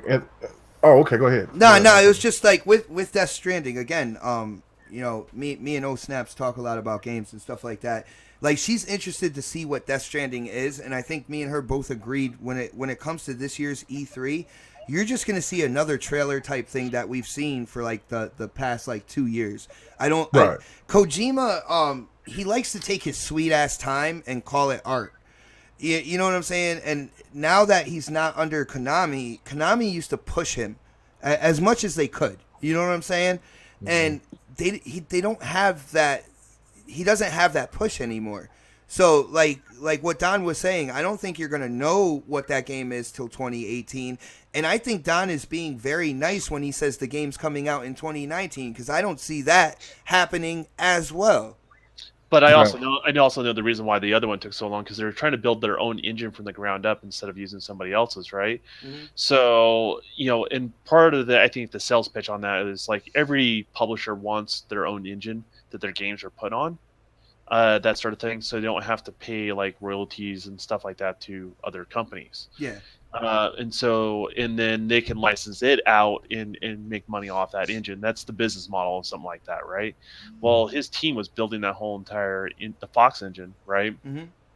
And that's why that game took so long on top of everything else that was going on with Metal Gear. And so now he doesn't have to do that. He basically has some of his key talent from Konami, and he's working with the Horizon Zero Dawn team on the Decimate engine, and they're improving that across the board. So yeah, for what it's worth, that is a major thing. He doesn't have to start from scratch again. He easily takes 2 or 3 years off development on a Kojima game, just on that alone. So nice. And that is one of the great, I was just gonna say that's one of the great things with having a developer on here, because I don't know if anybody else on the panel like knew all that information. I know I didn't. So to hear that and to hear like how solid that is, I mean that makes it a little more acceptable for a 2019 release to me. But I still feel like Kojima likes to take his sweet ass time, and he considers himself a rock star. So Xbot, you're not wrong. He likes to take his time. He definitely does. I mean, there's no ifs, ands, or buts about it. He always takes his time on everything he does. So nice. Now, I think the where Sony is going to shine at the most is because they're going to be showing these third parties. They're going to show Hellblade. They're going to show Final Fantasy VII remake. They're going to show probably some. Destiny. They're going to show Destiny. They're going to show Red Dead. They're going to show I forgot about Red Dead. Call of Duty. They're going to also show probably we might hear something about Deep Down. We heard that they were doing something in the gaming streets where they were talking of Capcom was doing something about Deep Down. So maybe there could be a reveal of Deep Down. Those are the things where Sony's going to shine on the show because of the third party marketing rights that they're going to have. I mean, Call of Duty is going to be epic, and then of course they're going to show something with some television, and then they're going to show that VR, and that's and I don't know how long they'll spend on VR, but it's just like everybody on the panel said that they have to do something, because now since those Acer headsets are coming and they're coming at a cheaper price, they're going to have to drop the price to that, and they got to put in incentives on top of it. So which would make sense is that if they have a bundle deal with the new PlayStation Pro, with the Spider-Man disc, and then you can get this bundle with the new VR for a cheaper price, and all of this, it makes perfect sense. Nice. I definitely believe that they're gonna have more VR up there. To see them invest so much in that, and then kind of like I don't know, it just kind of laid there stagnant for so long. The only thing I could think of is possibly development cycles when it comes to games for that. Maybe they just weren't prepared as much like as we would like them to be to show off more quote unquote experiences. Now, Mega, with that being said, with the whole VR thing, because we do know, Microsoft unveiled their mixed reality headsets and stuff like that. Do you feel if they come out strong with like a VR presence at this conference with, Microsoft having the headsets that have, 1440p in each eye and being able to do mixed reality, which is the augmented and the virtual reality, and Scorpio, these headsets are going to be able to be used on Scorpio. Do you think it's like possibly too late for the PlayStation VR because there's already going to be a kind of like newer technology headset for a cheaper price, like out there, possibly by the end of this year? Well, yeah, nobody said that the thing was going to sell, that the PlayStation VR was going to sell. We just would say that they're going to just talk about it because it would be absolutely ridiculous to brag about it all last year and before that, and then to not talk about it anymore. You could talk about it one more time, and then once you don't sell it, because everything else will catch up to it, it'll be gone to obscurity. It's done. It's finished. Where they killed themselves is that they brought out too much hardware, and then they got too greedy because they're the console leader, and they think that they could just throw out $500 and then a $400 console to go with it, and that everything will be fine. Everybody shocked their ass and said, "Look, I'm getting the PlayStation Slim instead." Yeah. Do you think we're going to get a Vita repeat where like they talk about the first 2 years and then they're like, well, that doesn't exist anymore? Yeah. I mean, do you think that's what's going to happen with VR? Like, because if they don't talk about this, then it's already dead for them, as far as PlayStation VR and how much support it's going to get. Or, if they do show it, like, are they going to show it next year? Like, that's the question. Like, no. If it doesn't pick up in sales, it's done. It's a bloated fish in shallow water. It's done. It's got no chance, and they're going to move on to the next thing, which is probably this handheld peripheral that they're going to be coming out with. Well, not peripheral, but handheld little console thing. So that PlayStation is really quick to throw something to the side once it don't sell and move on to the next, man. I mean, just think about how quick they got rid of the Vita after it was touting it so much at the beginning of this generation. Then they kicked that bitch to the curb and went straight to VR. You're not wrong when it comes to hardware. They're like that with hardware, not so much that way with software, which is interesting. It is. Well, they don't have to pay as much for software. Software is expensive. Software is just as expensive. Just with Japanese deals that they get, they don't have to put for getting a deal with Persona 5 and stuff like that, they don't have to put out a lot of money. No, I was talking about first party deals. First party, but first party development. Yeah. Okay. All right. Well, with this being said, yo, I gotta ask Fame. Yo, Fame. First of all, I don't even know. Are you interested in like this whole virtual reality stuff that it came out with? It came to console anyway last year with the PS4. It's been in the PC space for a while. Is this like a gaming avenue that you have any interest in, man? It's a party trick, in my opinion. I can see something I'm doing on a daily basis. Something like, hey, I got some relatives over. Hey, you guys want to try VR? Or hey, my grandmother's over. Let's scare her ass. Let's put her in VR. I don't see it. I see it as a party trick. I don't see it something I would use more than a couple of times a month. So I don't see myself buying it, especially at the price points they are now. AR, VR, nevertheless, I'm still traditional. I want to sit down with a controller and my TV and just look at the game on my 4K television. I think when the prices get more reasonable, in my opinion, for what I would use it for, yeah. But as of right now, it's nothing more than a party trick. Absolutely, yeah. Too expensive. It's too expensive. $500 is ridiculous for any peripheral. That's to me. It makes me think of NBA 2K18 having a $150 version. You know what? That makes me crazy. think. Nah, the $60 version is up there too. All the versions up there, but for them to market it the $150 up front, it's ridiculous though. Well, no, that's what I'm saying. They have a version, $150 version. That's yeah. I got limits now. Look, I got my Battlefield 1. I got Injustice. I got my Tekken. I got the $100 versions. And the $125 versions. That's it. But you get yearly content all the way around. And Battlefield usually goes on for 2 years. You know what I'm saying? Before they stop giving you content. NBA 2K is a yearly annual. It's an annual thing. Annual every year. Yeah, that's insane. That's really bold from 2K games, man.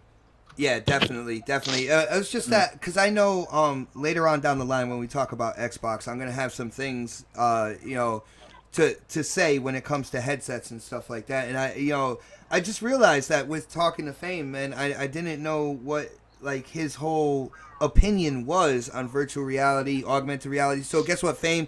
I have a feeling I might put you to sleep a little bit, but I know there are some interested people out there. So when we move on, which we're actually going to do right now, let's move on to the main event of the night, which is the Xbox conference. I know people in the chat have been waiting for this. Yeah, here we go. I know people in the chat have been waiting. All day his creepy ass was in here. I was like, oh no. Maybe I'll send him the link. But it's I don't know. It just seems to be this E3 seems to be a very interesting one when it comes to Xbox and Microsoft. Now, first of all, we got the new hardware that's going to be shown with Project Scorpio.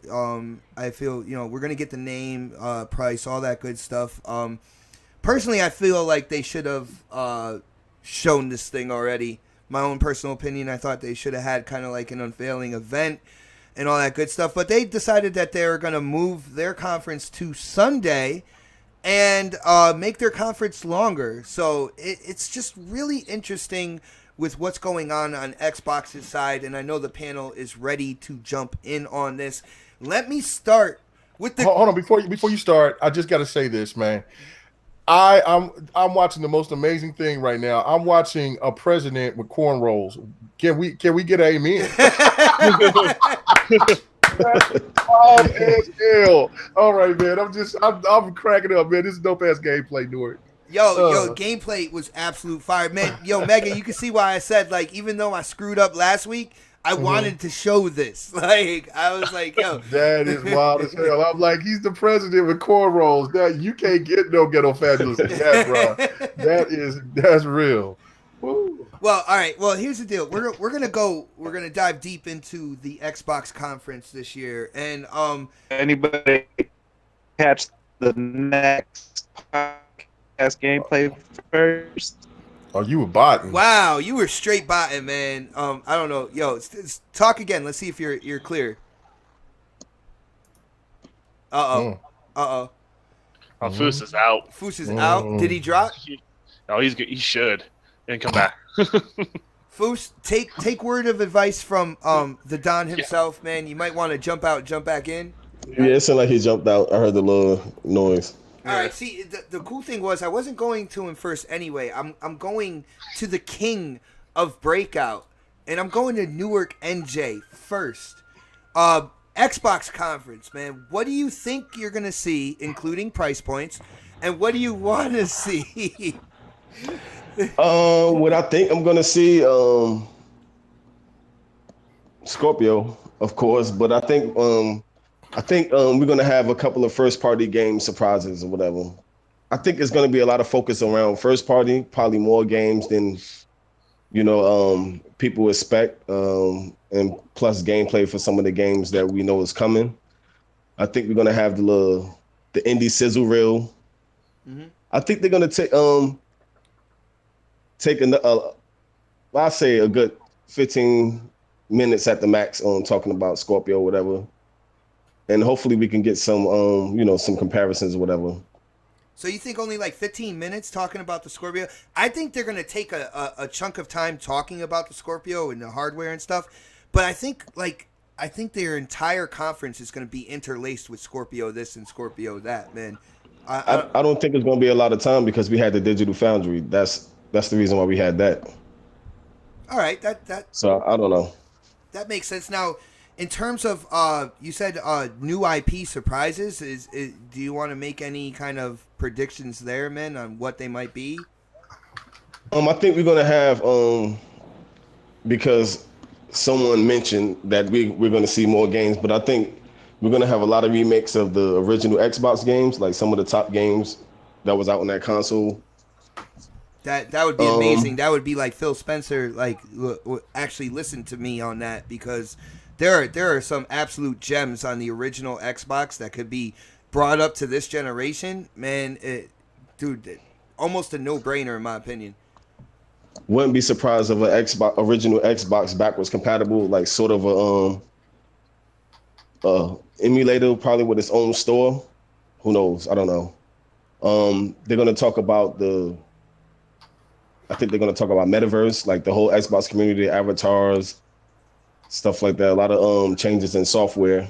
Well, Newark, for people who are watching right now, because you just said metaverse and you said avatars. Can you let people know, like, exactly, in your words, what that metaverse thing is? Yeah, the more I hear about it, I think it's for you can quote me on this, the VR augmented reality headsets that's coming with. Usually, what Phil said, just imagine the scenario when you turn your Xbox on, you enter like a room. I wouldn't say a room, like a world community where you meet and greet other avatars in real time and stuff like that. Like a PlayStation home world. That's exactly what I was thinking. Yeah, but it reminds me of the PlayStation thing. I don't know why I can't never remember PlayStation Home. PlayStation Home. Yep. Yeah. So who knows? I know they tried something like that back then when they had the game room thing. When you go in and there's a whole bunch on the 360, it was like a whole bunch of arcades and stuff where your avatar was in there, and I remember that, man. Back then, so who knows? All right, so when it comes to the games, like we do know, at least expected to come out this year is we got Crackdown 3, Sea of Thieves, I believe State of Decay 2. I know like this hasn't really been announced, but a lot of people are expecting these games to drop this year. Do you think State of Decay 2 and Cuphead, do you think like all these games are coming out this year? Yeah, they have to. They have to. Yeah, they have to. Some of these games was announced more than 2 years ago. Well, I know State of Decay 2 is coming. Okay. And Phil already said they don't announce games that's not going to come, within a year time frame. So they was announced last year's E3. I mean, they slipped up with Crackdown because we supposed to have a beta around E3, and then they just delayed it. Then I think they delayed it to like the winter or the next spring. They scrapped it all together, and then we got a announcement or release date, not a release date, but saying coming in 2017. So all right. Is there anything else on the conference? Because like I know you kind of you talked about the mixed reality like headsets when it comes to like the avatar, the metaverse or whatnot. Do you think they're gonna have like those headsets up there and they're gonna say that they're compatible with Scorpio at No, E3 or? no, I honestly think that they're gonna those headsets will be revealed, you know, because they're launching in fall. They revealed at the PC conference, and then they'll say yeah, compatible with Scorpio, this, that, and the third. All right, I don't.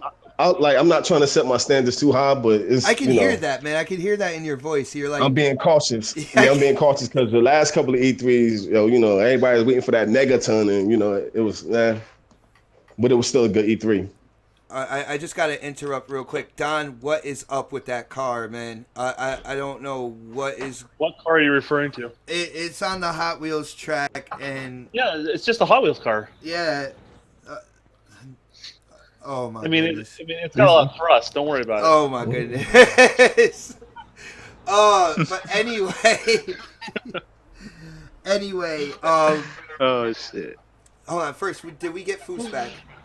Yeah, we got. Yeah, I'm Foos. back. He's back. I'm sorry, man. I keep botting out. It's all good, man. Well, while we have you here and sounding all golden and everything like that, what do you think we're gonna see on the Xbox stage? And then, of course, what do you want to see from Xbox, man? We're gonna see Scorpio and some more Scorpio, probably some more of that Scorpio. And I want to see Scorpio and Scorpio.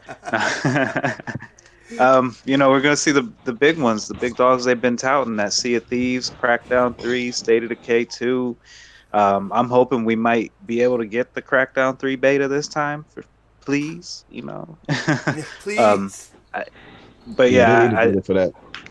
I think they're all coming out this year. They're going to have a lot to show about them. I'm hoping to see at least one new IP. And then also, I think last time we talked about the AR VR headsets and maybe possibly showing them at E3, I wasn't too big on it. But now that I've been looking around, I kind of think that we're going to see Microsoft step into it this E3 and step into the VR scene, possibly in a big way. But yeah, I mean, it's going to revolve around Scorpio this year, and I'm excited to see everything about it. I don't want to hear specs no more. I want to see what it can do.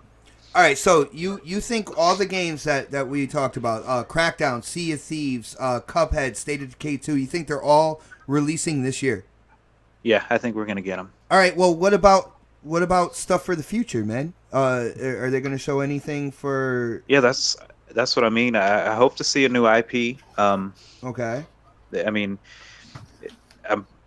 I kind of feel like what Newark was saying is right. Maybe we're going to see some reboots to some of these older that would be Xbox amazing. games that they have. It would be amazing. It would make sense for them to do that. There's so many just sitting dormant that were gems and they need to come back. So yeah, we could possibly see something like that happening too. So I think we got big things coming. It's going to be a good E3 for everybody all around. Nice. I like how he put that on the end to just, everybody's happy. Like, right. It's just going to be a good one for gaming this year. Watch. Awesome. Let's hit the man of the hour, Mr. Fame Entertainment 2K. We have come to the main event, man. You said save the best for last. Xbox. I'm about to break some walls down, man. Oh, here we go. Some walls down. Here we go. Number one, as they're done. As you guys said, Avatar, Project Scorpio will be $399. I got no doubts about that. It will be $399. Of course, you guys just talked about it. Cuphead, Sea of Thieves. I think Sea of Thieves is 2018, spring 2018. But I think Crackdown, Cuphead, Ash and Below, all those games that we know about, they're all going to release this year. I'm sticking to my prediction that Bethesda has a new IP they will show at that conference. It will also be shown at Microsoft console because it will be a Xbox console exclusive, will be Xbox and PC exclusive game from Bethesda. I believe that Ubisoft will show off a new Splinter Cell, which Microsoft will have the marketing rights to. Whoo! I believe people are going to remember that Xbox Live Silver is a thing because they will make multiplayer free for Xbox. You still have Xbox Live Gold, but you will also have Silver. They will enhance Gold by giving you either a free movie rental or giving you Groove, whatever the case may be. But I think now we will finally see what they've been talking about by saying making Xbox and PC one family. It's all Windows 10. I think multiplayer will become free on the Xbox. I do think we will get at least three new IPs. We will get a teaser from BioWare and Microsoft for either a KOTOR remake or reboot. It'll be a small 6 to 10 second trailer from teaser from BioWare and Microsoft. I think we'll get at least 3 new IPs. And that's all I got. Damn, man, you just went in. You're talking a new KOTOR, 3 new IPs. Now, basically, with Shit, I wish you was reading from the official list. Damn. Not for anything. I know I'm the host / like moderator of the show, but I just became a fan sitting in the chat, just listening to this. Like, holy. Now, when you talk about the Xbox Live, the silver and the gold, do you think they're gonna have like more of a multi-tier system? Do you think like because they have Game Pass coming out, so yeah. Like, if you do the silver with free multiplayer, you know, you get the gold with the games with gold. Now, what do you think about possibly a platinum where you get the games with gold, possibly a trial to EA Access, and then the Game Pass as well?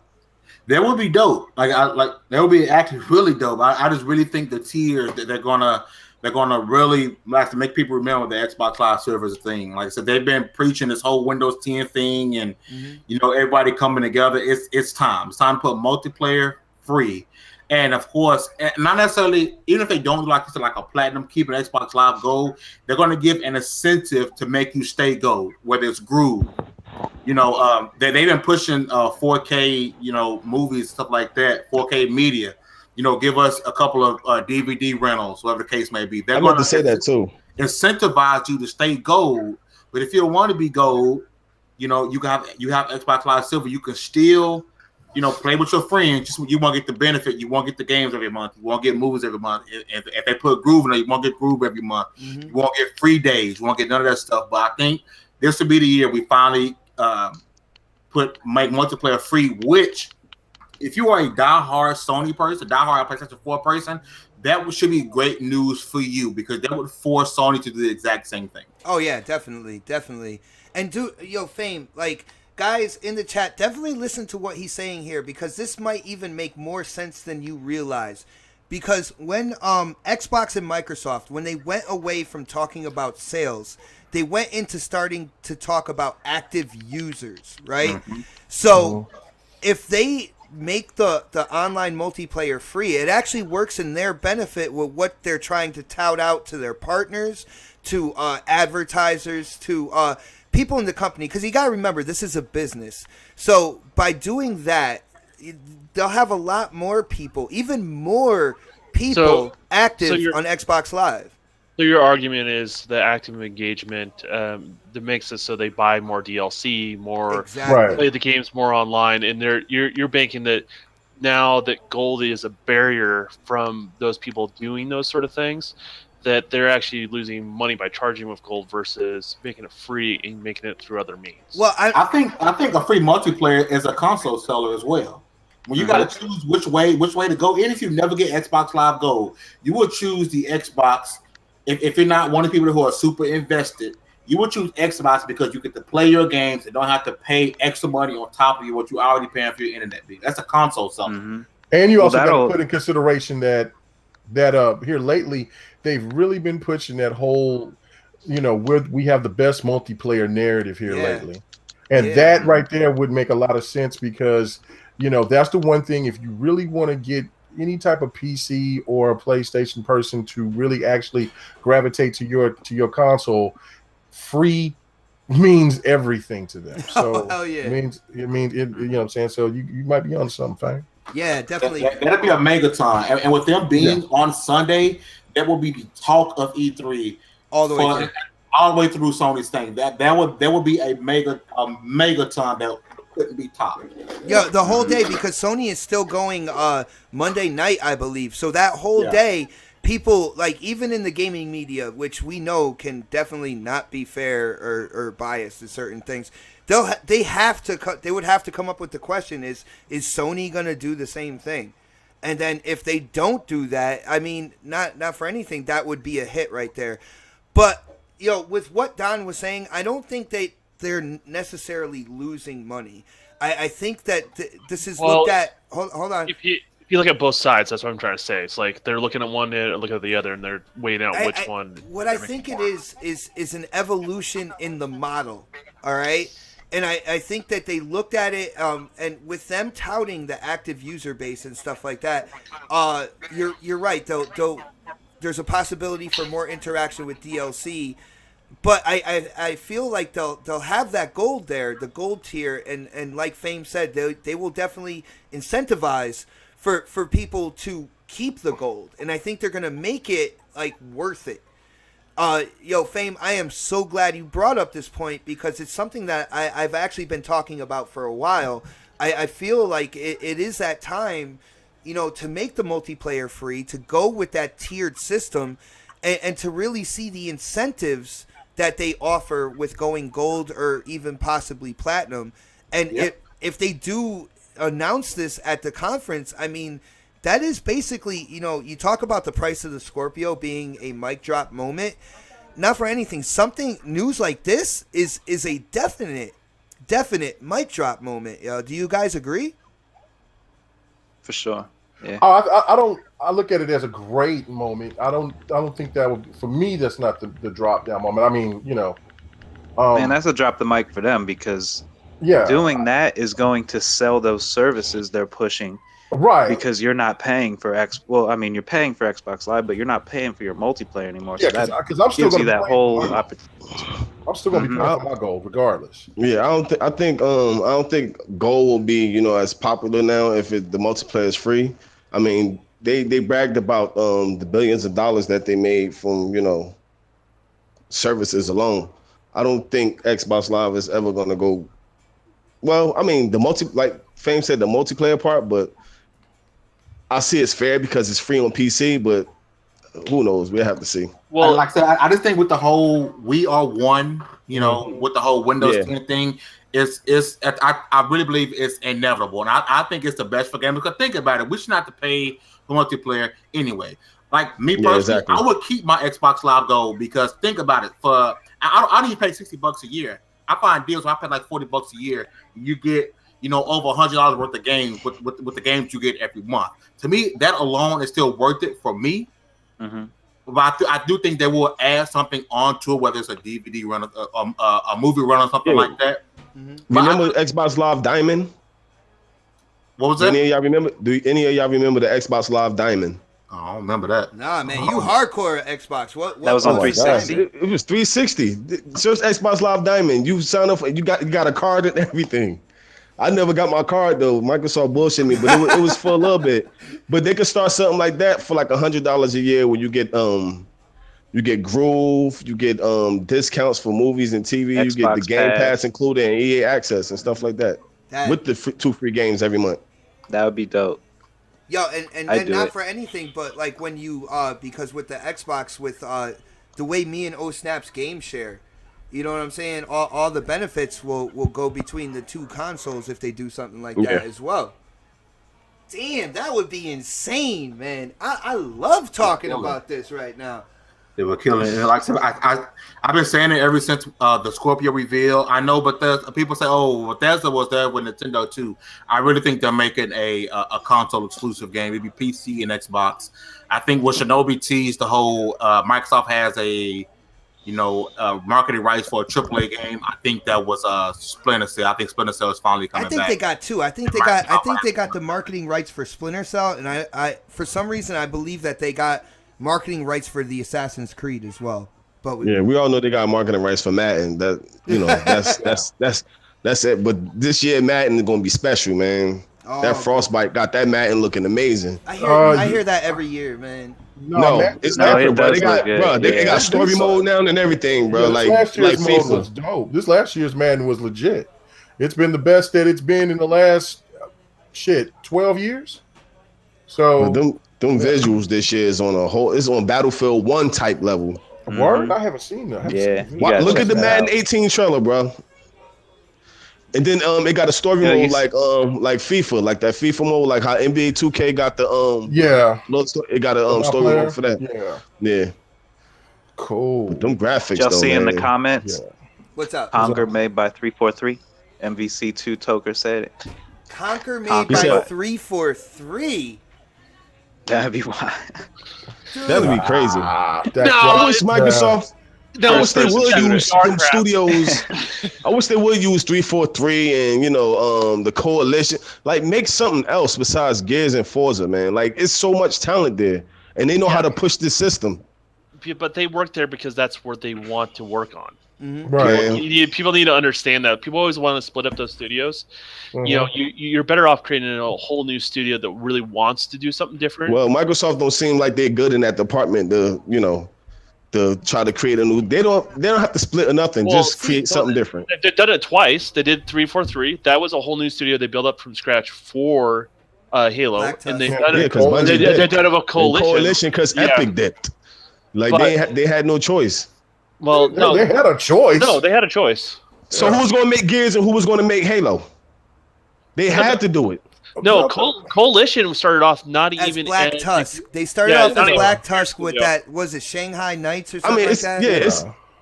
it's the same company, but the name changed. But yo, remember that game? Like, what if we see that though? That would be I mean, that would be sick, dude. Like to see the coalition, be able to get that new IP that was talked about at the launch of the X1 or whatnot. That would be cool. You know what?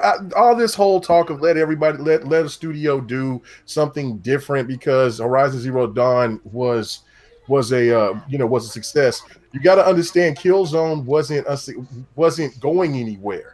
Killzone was no. also forced on that studio. People don't Yeah. remember that. Like they weren't really Look, doing a Killzone studio and until you know what they I'm were saying? forced to do that. You got two universes that can span way further than just some new IP that just comes out of nowhere. No, I mean like You know what I'm saying? Let Coalition of 343 do Halo and Gears. Just have other developers work on something else that they want to do and make it an exclusive. That's all that Microsoft needs to really be doing. the thing is there's no studios though.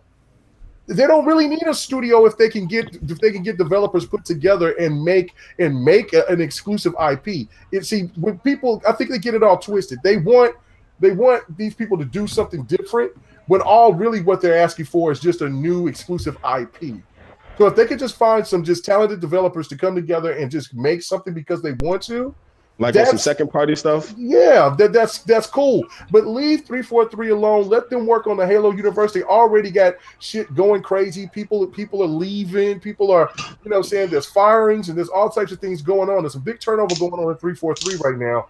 And so let's not let them worry about what's going on with Halo. That's their baby. That's Xbox's baby. You also got to keep in mind 343 is a huge studio, so they always have what seems like 10 people leaving. Seems like a huge loss. That's going to happen with any studio that's that big. And they may be moving in. Those guys sometimes may be moving to something else internally at Microsoft, or something else that, because here's the That's thing. just what happened with Vincent Pella. Yeah, DNIU too. Yeah, well, here's the thing: is Microsoft can have an internal email document, all NDAs and crap like that, right? Saying, "Hey, we're thinking about opening this. We're looking for core talent in this area," right? And they know if someone's not interested in working on Halo or Gears or anything like that, they're going to hit that up because they already have a relationship with the publisher and they feel confident with that publisher. So those sort of opportunities, those sort of things can happen or do happen. So, don't worry about that sort of stuff. Like, let those studios do what they need to do. They're handling a franchise, not a game, a franchise. I mean that's true, but hey, man, they've been doing it forever. So I guess we could keep it like that. Well, but when it comes to Xbox, we're real sparse in the first party department, man. this whole I thing mean, that everybody's entitled to their opinion. Like everybody is entitled. I got you, Newark, but Newark. You're right. But I mean, was it really sparse? I mean, just because PlayStation came out with their first with a bunch of games this year doesn't make it like you. Everybody just forgets about all of the first. No, it has nothing to do with PlayStation. Xbox at the beginning of this for all this generation. All right, check this out. Yo, Fame. I don't have nothing to say on that one, but you know, like I'm just saying how it is, man. Right, you know, hopefully at E3, you know, we, you know, should it be good, but I like look at Forza. Forza came out with Forza Horizon. Mm-hmm. Mm-hmm. I mean, it's still a car game. branched off. It's a different studio though. And it's still a different franchise, though. It's still a whole different franchise, though. It's overseen by Turn 10, and they help with the development, but it's Playground Games. And if you notice, Playground Games is also making a new game that's multi-plat.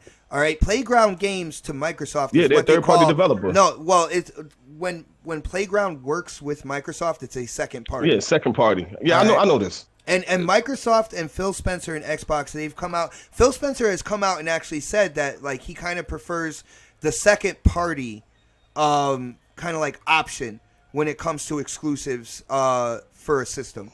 Now, but the whole thing is, I hear a lot of people talk about, well, where are the games and where are the games? Now, I do want to ask Fame this because Fame's out. Okay. Fame had to bounce out. He said he might be back. Oh, all right. Oh, okay. Well, then let me go to the panel here because I don't understand this year. Yo, from the start of this generation, we have gotten new IPs. We have gotten sequels to classics on the Xbox platform. We have gotten new experiences and stuff like that for 3 years, right? Now, all of a sudden, this year, people are like, where are the games? Like, I don't understand that because they've let the PlayStation fanboy bug get to them. We have had so many exclusive experiences. I'm saying, I never, like, on me, I never... But I never say where's the games, bro. I'm always defending Xbox, man. I never say where's the games. If y'all pay attention to my post in Bang Bang and everybody who looks at me on Bang Bang, I say it's the same thing every year. I said Xbox games come out in the fall and PlayStation games come out in the spring. Mm-hmm. I never said Xbox didn't have no game. I'm just saying I said new studios. I'm talking about developers, not the games. I got you. So you feel like Microsoft needs to invest in more first party studios is what's going on. Yeah.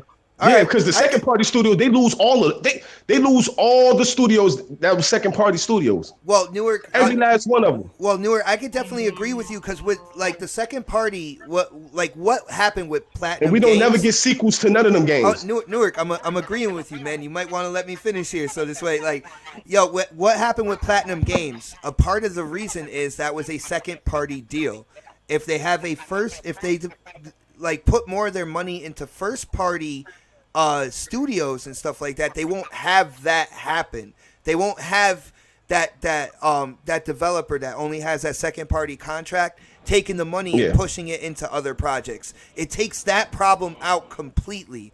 So with that being said, that Newark, I could definitely agree with you. Like Microsoft, Xbox, if they take their money and they start filling out like more first party studios and stuff like that, that would be a good thing. But the only thing is, there's no guarantee that studio would be around. Like, if that first title comes out or that first new IP and it's a bomb, then you have that studio possibly gone. Like here in a flash, gone in a flash. You know what I'm saying? Like, this generation, every second party deal failed. Like, every studio gone. Every game was a failure.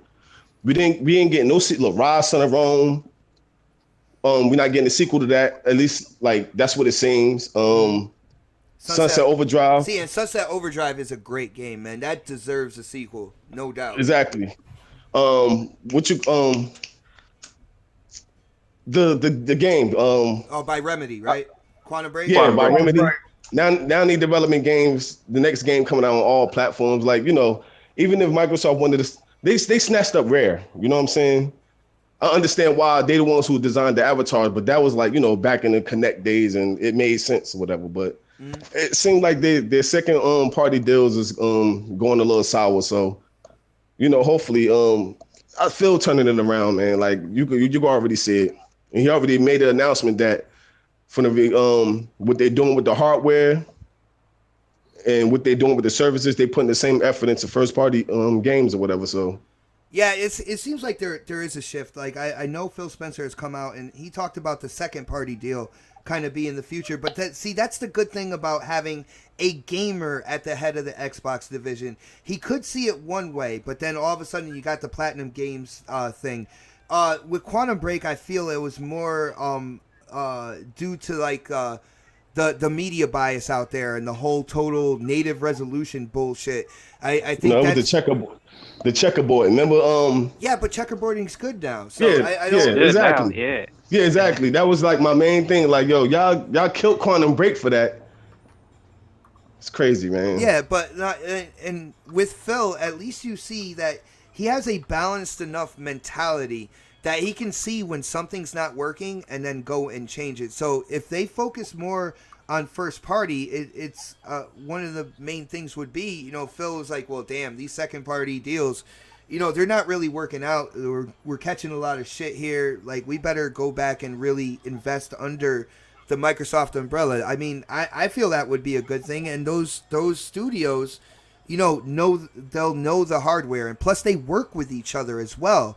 I mean, you have Turned Head and Playground using like water assets that came from Rare and Sea of Thieves. You have 343 helping out with Gears 4 and stuff like that. So it would be it's more like a development family over there where you have the different studios helping each other out. So I mean that would be nothing but a good thing. We do I would definitely like to move on and get other kind of like predictions on the Xbox thing from the panel members. So let's go to K Mega real quick and see what he thinks is gonna be seen on the Xbox stage at E3, and then of course what he wants to see on the stage. So Mega, take it away, man. What we're going to see is Cuphead. What we're going to see is Scorpio, of course. We're going to see some maybe some AR again. I hope not too long. They're going to promote the VR. I hope they won't do that too long either. I think, me personally, that this E3 is going to be more tech and Services. hardware. Yeah, it's going to be more. It's going to be more tech and hardware, which by default, whatever Xbox do is not going to be good enough to beat Sony at E3. So even with the great idea what Fame came up with the free online, free multiplayer for the silver members, it still will get trumped because people will say that those third party games, oh, they look great, blah blah blah blah blah. So I'm not even worried about who's going to be winners or losers. Yeah, but dude, I wasn't even actually gonna bring that up when it comes to the predictions because in the end, with the announcements, hardware, software, or whatever, you know who the winner is, Mega. You know who the winner is when it comes down to it. We are. Yeah. We are. Yeah, we are. And but also the thing of that the presentation. What I want is the presentation to be flawless. Give us the Scorpio and give it to us right. Like, just get every little little inaccuracy or whatever that people has been, any theory, just debunk it. You've already been doing a good job with that with the Digital Foundry and coming in and being stern about certain things, about the no parity and all that bullshit. But come correct. Show Forza 7. Let us see what it looks like. Show us some backwards compatible games under that powerful machine, and let us see what that looks like. And blow our minds. Mega. That's what I really want. Mega. And that's going to be the win for me because we are. I won't mind them not having only the games that they've been talking about the whole time, as long as the hardware is coming out. Because I do think Sea of Thieves will definitely be delayed. Yeah, I think so too. Till next year. And I when I told O Snaps that, when I was like, the rumor is like kind of like behind closed doors that Sea of Thieves might be delayed into next year, man. She almost cried. Like that's probably her most anticipated game this year, and man, it's gonna be something absolutely special when it comes out. I just feel like it's not gonna come out until next year, man. Yeah, if it needs to be delayed, then it needs to be delayed. But besides that, I think that um, Xbox, for the games that we know that we're going to get, they're more than capable of holding their own. I mean, Mhm. Cuphead's going to be phenomenal. I think that the sleeper hit is definitely going to be State of Decay. There's a lot of people that are interested in State of Decay, even a lot of PlayStation fans. So that's going to be a win for Microsoft. Uh, Crackdown is going to be the mic drop moment. I think Crackdown, because they've been so hush hush about it, is going to be what we actually been waiting for when we've been talking about the secret sauce with DirectX 12 and the cloud computing. I think that's all going to be implemented and showcased with the power of the Scorpio, and that's going to blow our minds. That's going to be the mic drop moment. And then they might end it with a scene of Fable. Oh Um, yeah. Oh, that yeah, would be amazing. yeah, with a scene of Fable that will probably come out maybe next year, next holiday season. I do feel that Rise is still alive, and they will show something of Rise. Too, I do not think it's dead. I just don't. I believe Ain't more than anything. yeah, Arise too. yeah, I really do think that Rise will make a comeback. Um, Splinter Cell, Assassin's Creed will definitely be on display. You think And now with Splinter Cell and Assassin's Creed, because the big Oh. thing this year is third party marketing deals for that's the wave this year. So do you feel like Xbox will have those deals for those two titles? Yeah, for sure, for sure. And I also think that I think that they'll have the deal for the new Tomb Raider, but I just think Tomb Raider will be showed at Gamescom. I don't know if it'll be showed at E3. I Um, hope Splinter Cell started on Xbox, right? yeah, Yeah. yeah, yeah. It was on the So original. Yeah, they need to keep. They need to keep they need to that. keep that. They need to keep that. And I believe that they'll be showing some DLC for some other stuff. I think that um, you know, there's still stuff with Battlefield One, and they probably will show some of the DLC that will be coming on Battlefield One. Um, a couple of little things like that. I know that they'll show it at EA, but I think that they'll like use that as a template to show the power of the Scorpio, something like that. I'm thinking, and definitely let's not forget about their King Fighter, which is you know KI. KI, yeah, Killer Instinct. We have not heard anything. Usually, KI would already be. We would already have the last characters. We would already been seeing something by now. For them to hold back this long, I think there's going to be something huge going on with KI. Maybe they'll actually be putting in making it a full AAA game. Maybe I'm hoping. I heard. I actually Maybe they'll heard, be giving us something I heard a available break. E3. Yo, guys, guess what? I from what I'm hearing, and I'm not saying I'm right, so take it with a grain of salt, because when you've been in YouTube for a while and stuff like that, I know K Mega knows this. You start hearing rumors and rumors of rumors, and half the time they could be complete BS. But when it comes to Killer Instinct, I'm hearing a full-fledged sequel might be in development right now. Not kind of like the seasons or anything like that, but a full-fledged sequel with a bunch of new characters as well. So that would be amazing to have on stage. That would be so dope. And then if it does some kind of crossover, or like we get some crossover characters that will go, because I think there's still one or two more characters that's left on the on KI3. So the possibilities are endless. Like I said, Xbox can have their sparse moment. PlayStation had theirs. Xbox can have their sparse moment of not having a ton of games to just be flooded to flood the market. Let them have their games, let them be solid, and get ready to kick off everything for next year. Be solid Mega. with the hardware. Yeah. Mega. Yeah, go ahead. What if the new Killer Instinct is the Killer Instinct Mortal Kombat crossover? That's a possibility. Ed Boon said he wanted to happen on Twitter. Exactly. Yeah, that could be a possibility. That's a drop the mic moment for fighters, because these are the type of crossovers that we've been asking for. I mean, that would nobody, and I mean nobody except for people that's not a fan of fighting games, can actually be mad at that. Like, damn, that's crazy. Mega Newark, you bring up a good point, because with NetherRealm Studios, the development team that makes Mortal Kombat, they just dropped Injustice 2. Look how beautiful Injustice looks, bruh. Mm-hmm. All right, Woo. now And that's Unreal Engine 3. Now, That's not even 4. yo, check this out. Now, with that being said, you know they have people there working on the DLC and stuff like that for future support of that game. So why not do a collaboration with another development team where it has like a small piece of NetherRealm and a small piece of oh man, what's the name of the development team for Killer Instinct? It just like freak, I just drew a blank real quick. Iron Galaxy. Iron Galaxy. So take a small team from NetherRealm, a small team from Iron Galaxy, have them come together in collaboration with that crossover title. It would make sense. You have NetherRealm is making money with the Injustice and everything like that. They don't need to make they're done making the game. All they could just take the full team and both teams work together. I think they'll have a piece of the team set off for stuff in for the DLC future. or something like that. Yeah, okay. yeah.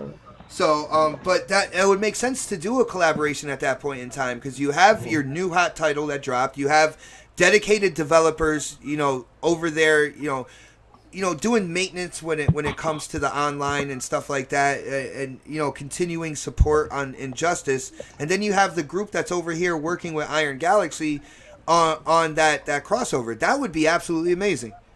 Yeah. That'll be also, and like I said, this I think is going to be the year of services, and also there'll be an exclusive IP that will come to the Game Pass, because whatever that game that we were seeing, it looked like it was something from that team that makes all those little story games. I forgot the name of that. Telltale Games. From Telltale. Yeah. And when the one with the chick with the whip or whatever, we were showing the image between the 4K and the 1080p. Mm-hmm. That I think that's going to be a new narrative that's going to be pushed. They're going to be showing the new interface. They're going to be showing a lot of the arena, a lot of the components that's inside the box to get everybody prepared to what's to be expected if you want to jump into the Scorpio, and then for what the new interface is going to look like for just Xbox in general. So like I said, I think it's going to be less of a games show, and it's going to be more of a hardware and presentation of everything else, services, and it will work because at the end of it, they're going to drop some of these games that nobody's expecting, and it's going to blow us away. I really do. I think Xbox Play Anywhere is ending also. Nah. Yo, Phil came out and said it's Xbox only exclusives coming. I think there's going to be there's only going to be a few.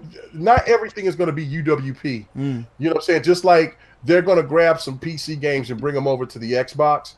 You know what I'm saying? But there's going to be also exclusive games for UWP is still a thing. I can that I can 100% confirm that the UWP is still a thing. Yeah, it's not going. I mean, I don't think it's going to be as big. I also don't think like as far as the PC audience, probably a lot of people not playing on PC from the UWP, but I think the UWP is only going to fit in where it makes sense. Like I don't think, I can also confirm it's actually bigger this year than it is last year. Yeah, yeah. It's not for anything. Can't really tell much more than that, but it's going to change all that. Yo, the Play Anywhere and the integration with what they call Windows 10 devices and Play Anywhere. This is integral to the foundation of Microsoft and moving forward as a business into the future. They're not just dropping it. It's something that even if it has growing pains, they're gonna work through it because they see that as part of the future vision of Microsoft, the corporation. So that UWP is not going anywhere. Play Anywhere is not going anywhere. If anything, even if it has rough spots, they're gonna work through it and iron them out before anything like that. Yeah. Hey, Xbox, did everybody get their turn with their thoughts on the Xbox? We're waiting on the Don. The Don is next. Yeah, we're always waiting on me. What's going on? Well, Xbox on stage. What do you think you're gonna see, and what would you like to see from Xbox, man? What I'm going to give you a play-by-play, right? So I think they're going to start off the show with a flash reel of Scorpio, like the intro, like how they intro any sort of hardware at Microsoft. You're going to see that. That's the very first thing you're going to see. Then they're gonna just kind of quickly go through the bullet points. I think they're gonna start with price. Actually, I think if it is $3.99, they're gonna say it right at first and just start that hype early on and just build on it.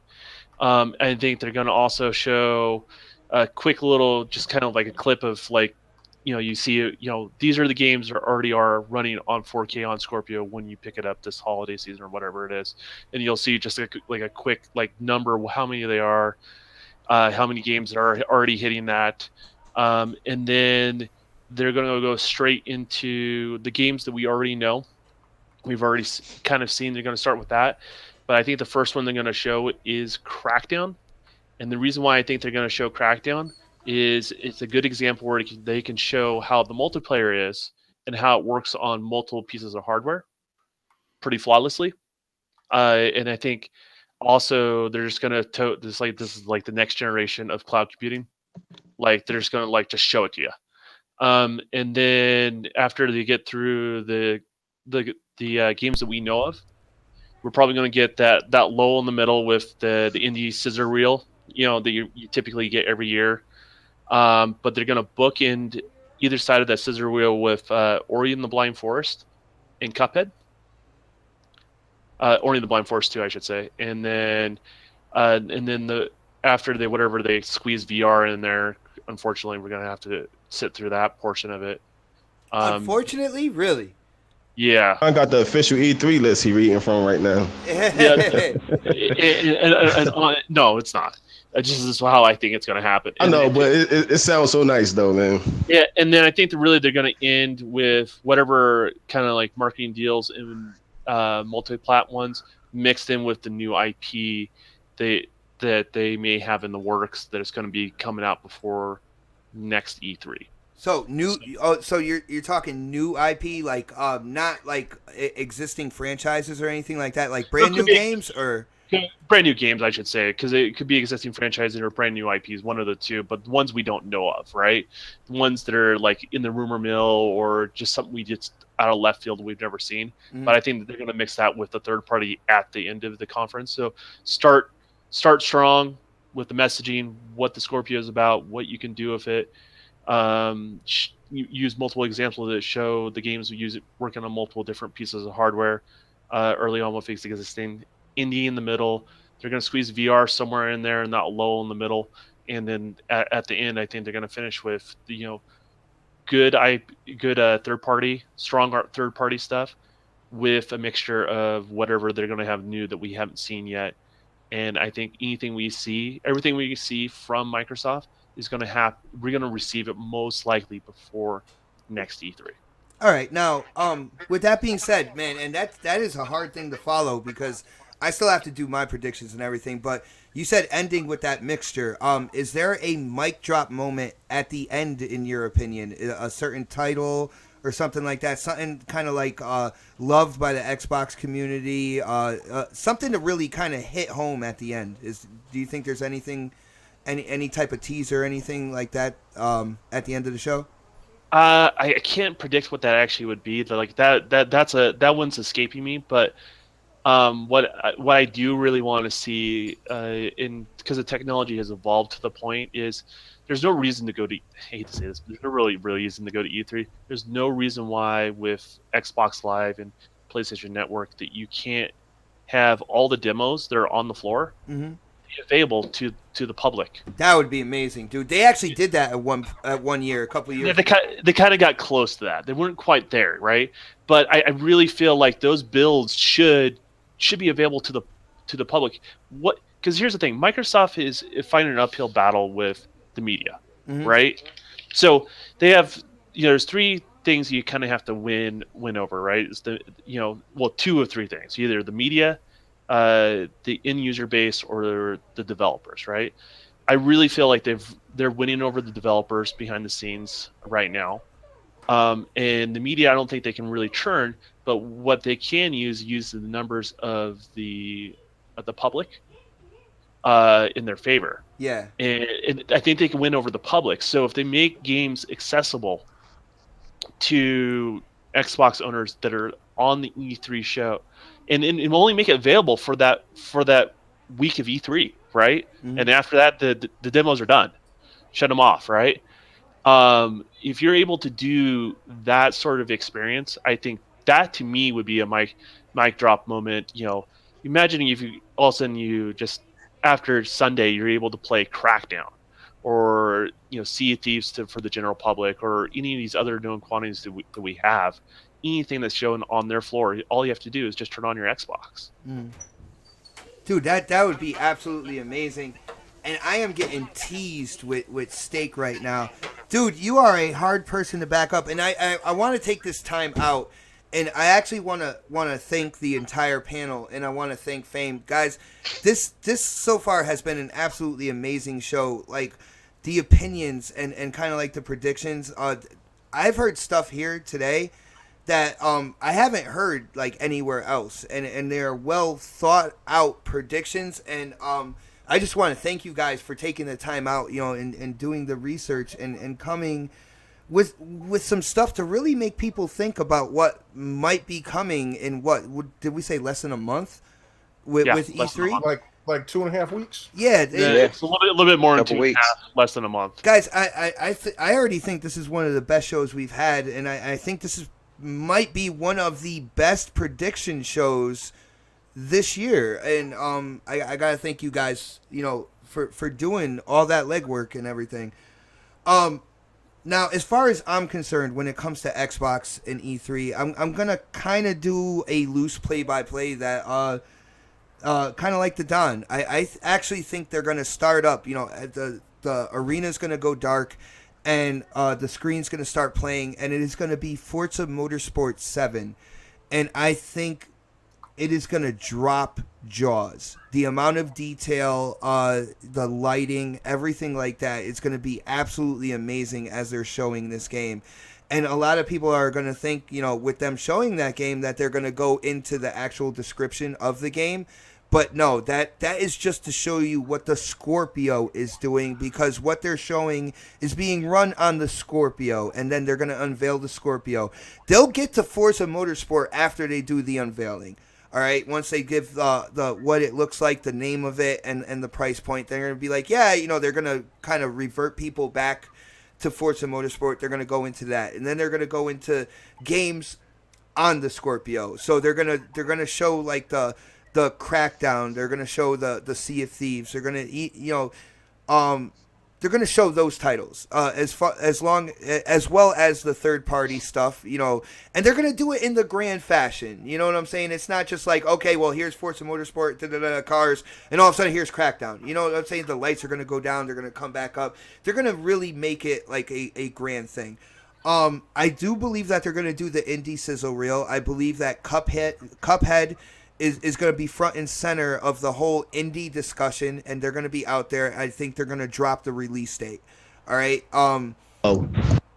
With that being said, I think when they do talk about Crackdown and stuff, they're going to drop the release date on that as well. I know, they were talking beta last year when it comes to the multiplayer, but I think they've had enough time to really go in on the development with that game.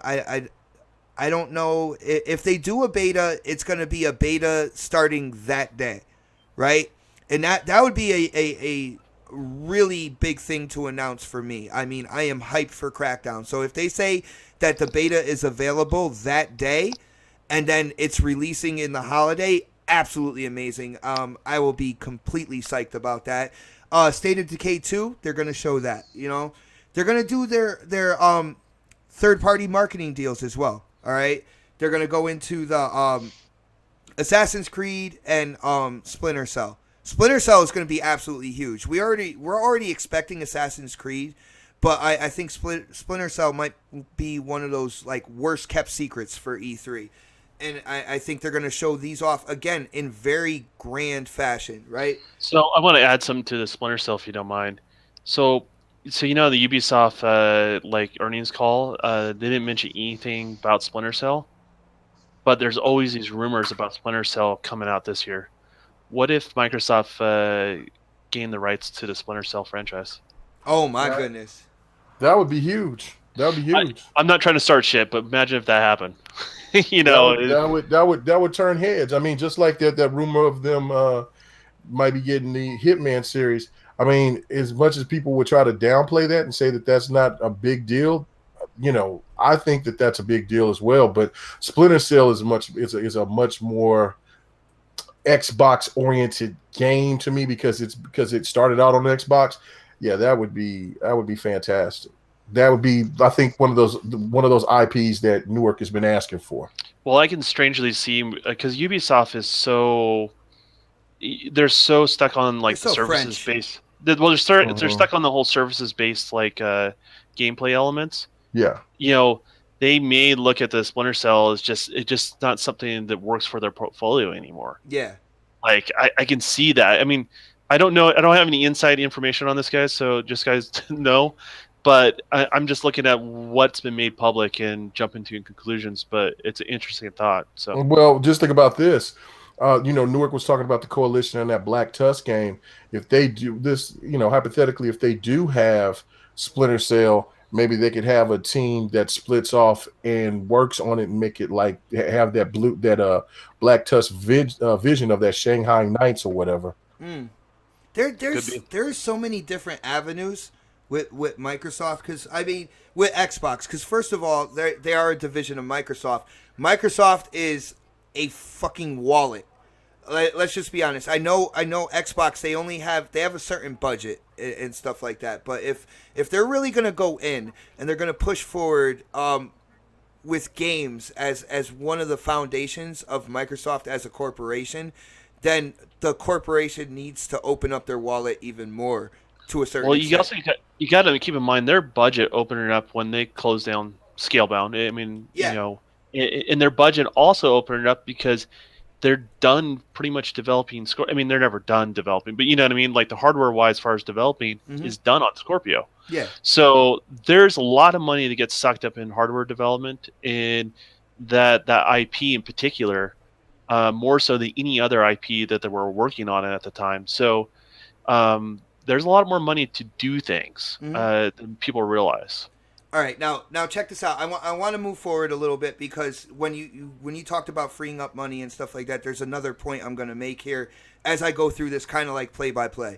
You know, after the indie reel and stuff like that, guys, if you're not Minecraft fans, I'm sorry, man, but I'm going to say this. Minecraft is going to play a part in this conference, and they're going to bring Minecraft out again. I know they did it last year and there was a bunch of people that complained, but you got to remember the user base of this game, how much this game has sold, and Microsoft is going to back this sucker and push it through probably just about every year.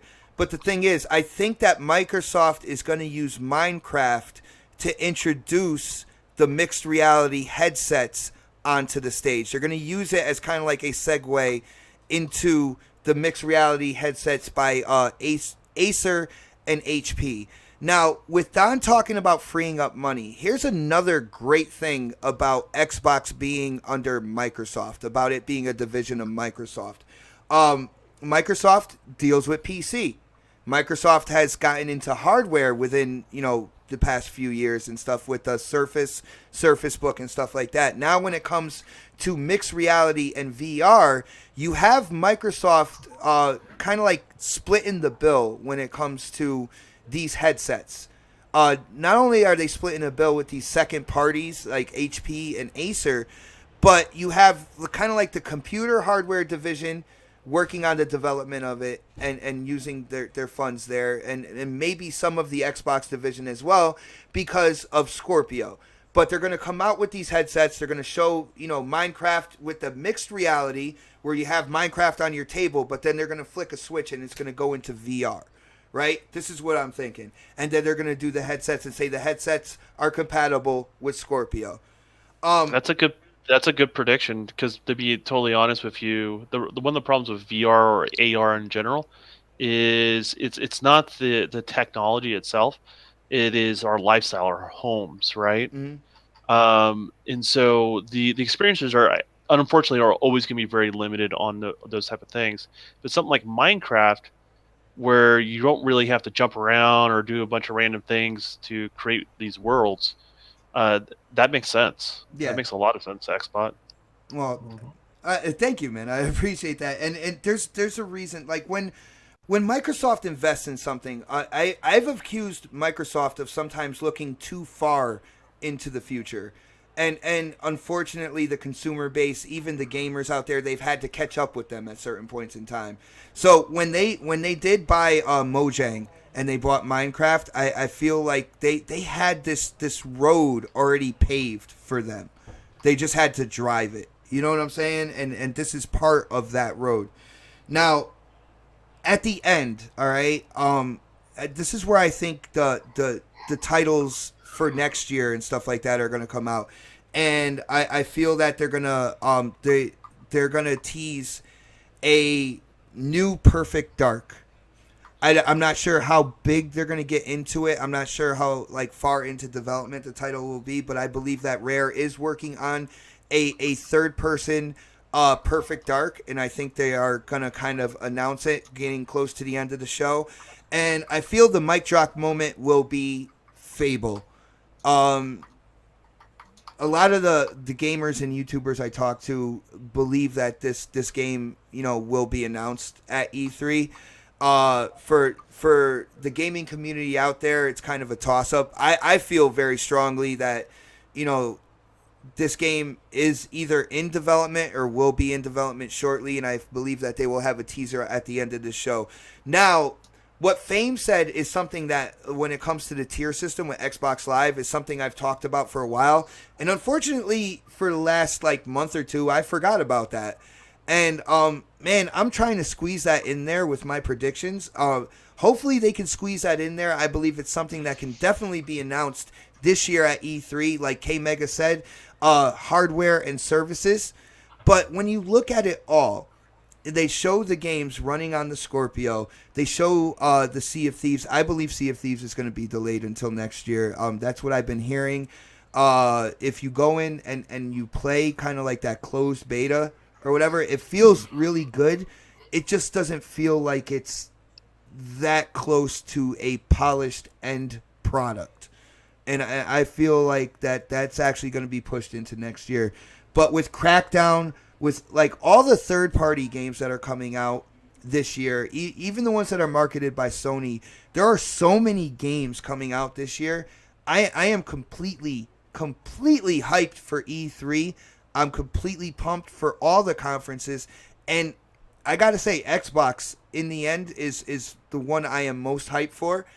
And even though, Microsoft and Xbox gets the hate that it does, in the end, it's not up to the gaming media to decide who quote-unquote won, because I don't hear the gaming media saying the gamers won. And in the end, it's us, guys.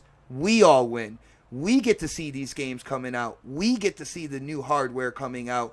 We get to be excited about new tech when it comes to augmented reality, when it comes to virtual reality. In the end, it's us who wins. And I can't wait for E3. Yeah, I can't wait for it either. And you know what? And let me say this. Please get the line on backwards compatibility. The game is so damn amazing. What's the game? The Line. That's the game that's playing right now. That's playing on the screen. Okay. That game. Have you ever played it, Bot? No, I haven't played that, man. That game is fire. I wish I played that game when it first came out, but I'm just glad I got a chance to play it, because I looked at it and that was like one of those games. I'm like, but it is an awesome game. It is fire. It's got a really crazy story, and hopefully they make that backwards compatible so we can play that on the Scorpio, man. There's an interesting means we can do. We can actually all submit the line and ask our viewers to submit the line. Yeah, go ahead and we have the ability to do that, right? I mean, That's right. forget that. That's right. What do we have the ability to do? What? We have the ability. Request backwards compatibility. Yeah, exactly. Yeah, for the line. The gamers dictate backwards compatibility more than people realize, right? Mm-hmm. The reason why we have Black Ops right now on the 360 is because the public kept asking for it. It kept asking for it, right? and eventually it happened, right? So if you ask, you shall receive. It's just you just have to be persistent, and you have to be patient. And there's a means to submit all that stuff. So Yeah, I'll definitely go ahead and I'll put my bid in for them to do that. Well, when it's all said and done, guys, I think we are gonna have. I think we're in for a treat with E3 again for another year. Like, I don't know. It's one of those things that as a gamer, it's that time of the year that you really get excited for. And I know there's always drama in the media. There's this, there's that. People talking about frames per second and stuff like that. But at the end, at the heart of it all is the games, all right? And it's the new experiences and stuff like that. And I think that's the reason why we get excited for a conference like this. So I don't know if you guys have any closing thoughts. If you do, let me go down the line here. And Mega, is there any closing thoughts on the conference before we kind of close the show down and I get to go and eat dinner and stuff like that, man? No, your woman put you on blast. You better get your ass and start eating. All right. Well, how about the Don? The Don, is there anything closing you want to say about the conference before we kind of wind the show down and everything? I don't know. I mean, it's all gonna be fun. What are we doing for the conference? We've all grown. We've all grown since the last time we've since the first time we did the last conference. So there's things going on, right? Yeah. The real question is how many podcasts will K-Mega be doing at the same time? All at the same damn time. I'll be getting with it, baby. Yo, you remember the Matrix? They had the dude that was surrounded by TV screens. That's yo. Somebody's got to like Photoshop freaking Mega into that picture because that's gonna be him during E3, man. Hopefully with that little pen kind of button thing, just switching between podcasts and whatnot. If anyone does do a Photoshop job, make sure it's like him with wearing that hard hat that he doesn't have word. Oh my goodness. Oh goodness, man! They need to probably do the one where Resurrection made the video when I was the monkey from the Lion King. That was hilarious. Dude, he put work in on that. Like I know the video is what it is, but you were even right, man. The dude can sing too. yeah. You know what I'm saying? These Oklahoma boys got talent, man. All right, yo, Newark. Any closing thoughts on the E3 conference? I can't even talk anymore. Conference this year, man. You got a knife to your throat. You better hurry up. You see that, man? No, not really. But just to let all y'all. Well, I'll do that on my outro. But I wanted to make a little statement about the whole GameStop creating an Xbox spec PC. Oh, goodness. And John Carmack view on that. He said, if you build if you find the Scorpio spec PC, just realize one thing, that the Scorpio is already 2 times more powerful than that PC. Mm-hmm. So just putting that out there for the PC fanboys who saying that they don't need Scorpio, they got PC, this, that, and the third, and all that, blah, blah, blah. Blah, blah, blah. Yeah, they're going to have they're going to have to engineer their own CPU to make a PC spec Scorpio. Yeah. Just so you guys know, like, it's not possible. Yeah, look at Snap in the chat. Oh yeah, and the Xbox One won't be holding Scorpio back. So no, not at all, man. Not at all. Matter of fact, they help each other. To be honest. Yeah. Nice. All right, yo, Foos, any closing thoughts on E3 before we get our plugs in, man? Yeah, I was gonna bring up that I think we all forgot about Nintendo's tournaments that's probably going to be announced, but I'm going to let you go and take care of your woman because that's more important. Well, she cooks some amazing food that I smell right now, so I'm going to do that and take care of my belly as well. Yeah. All right, well, guys, thank you guys for coming out and checking out the show. I had a blast today. Yo, huge shout out to our special guest, Fame Entertainment. I'm not sure if he did. I don't think he realized that I was trained by Mooch. So, these podcasts can go like 5 hours long and stuff like that, man. Huge shout out. Great gamer. Definitely check out his channel. Let me see. I think I'm putting it back in the chat right there. Definitely check out his channel and sub to him. But other than that, like a 40-year-old with a comb over, man, we got to get these plugs in. And I am going to start with the man with the longest list, K-Mega, man. What we're going to do is short, man. You know what I'm saying?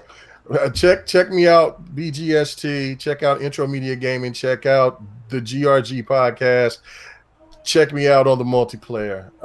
Subscribe to the channel. Subscribe to everybody's out on this panel. Much love to you guys. Y'all guys have a good Saturday night. Unfortunately, Snaps ate all my dinner. Yeah. Yo, the Don, man, why don't you let people know where they could get a hold of you, what you've been up to? Man, you know the deal. Yeah, the best way to get a hold of me is this cool little link that Xbot put on the bottom of this video, where you can basically subscribe to any of our Twitter feeds. Happy Little Polygons is going through an overhaul right now, so more things going to be showing up on there soon. Just kind of stay tuned for that sort of thing. And K-Mega, are we going to do the Dev and the Gamer? What's going on there? No, I'm good, and I even got Monday off, man. I told him. So when we doing it? When you want to do it. Well, that's where we keep trying to do that, and then we keep. But we're not very coordinated, guys. We do apologize. Let's do it within the next in about 2 hours. 2 hours? Yeah. Are we going to do it live? Are we doing it live? We're going to be doing it live. All right. Goodness. There we go. You got to set them up sometimes. But yeah, so the Dev and the Gamer, I think we're doing it on K-Mega 405's channel, and I think we may re-release it on the GRG as well to help build up that channel if that's an easier thing for you guys to do. Yeah, that's exactly what we're going to be doing. Yeah. So, but yeah, we have topics to talk about. Like, we can talk about people losing their mind about FPS. Bungie's game and frames per second, and Destiny how 2 looks like straight fire. By the way, people are overreacting to completely nothing, and they don't know what they're talking about. So we'll definitely set that sort of stuff straight, stuff like that. So. Nice. Yeah, definitely check out the Dev and the Gamer. As soon as K Mega and the Don get it all together, I guess a couple hours from now. Newark, man, why don't you let people know where they could get a hold of you, dude? Your evolution as a podcaster has been absolutely tremendous, man. I love how you don't hold back, man. You let everybody know exactly how you feel. And I'm pretty sure people would love to talk to you on Twitter and such. So why don't you let them know how they could do that, man? Yeah, y'all can follow me on Twitter. Turn into an asshole. It's funny because it's true. We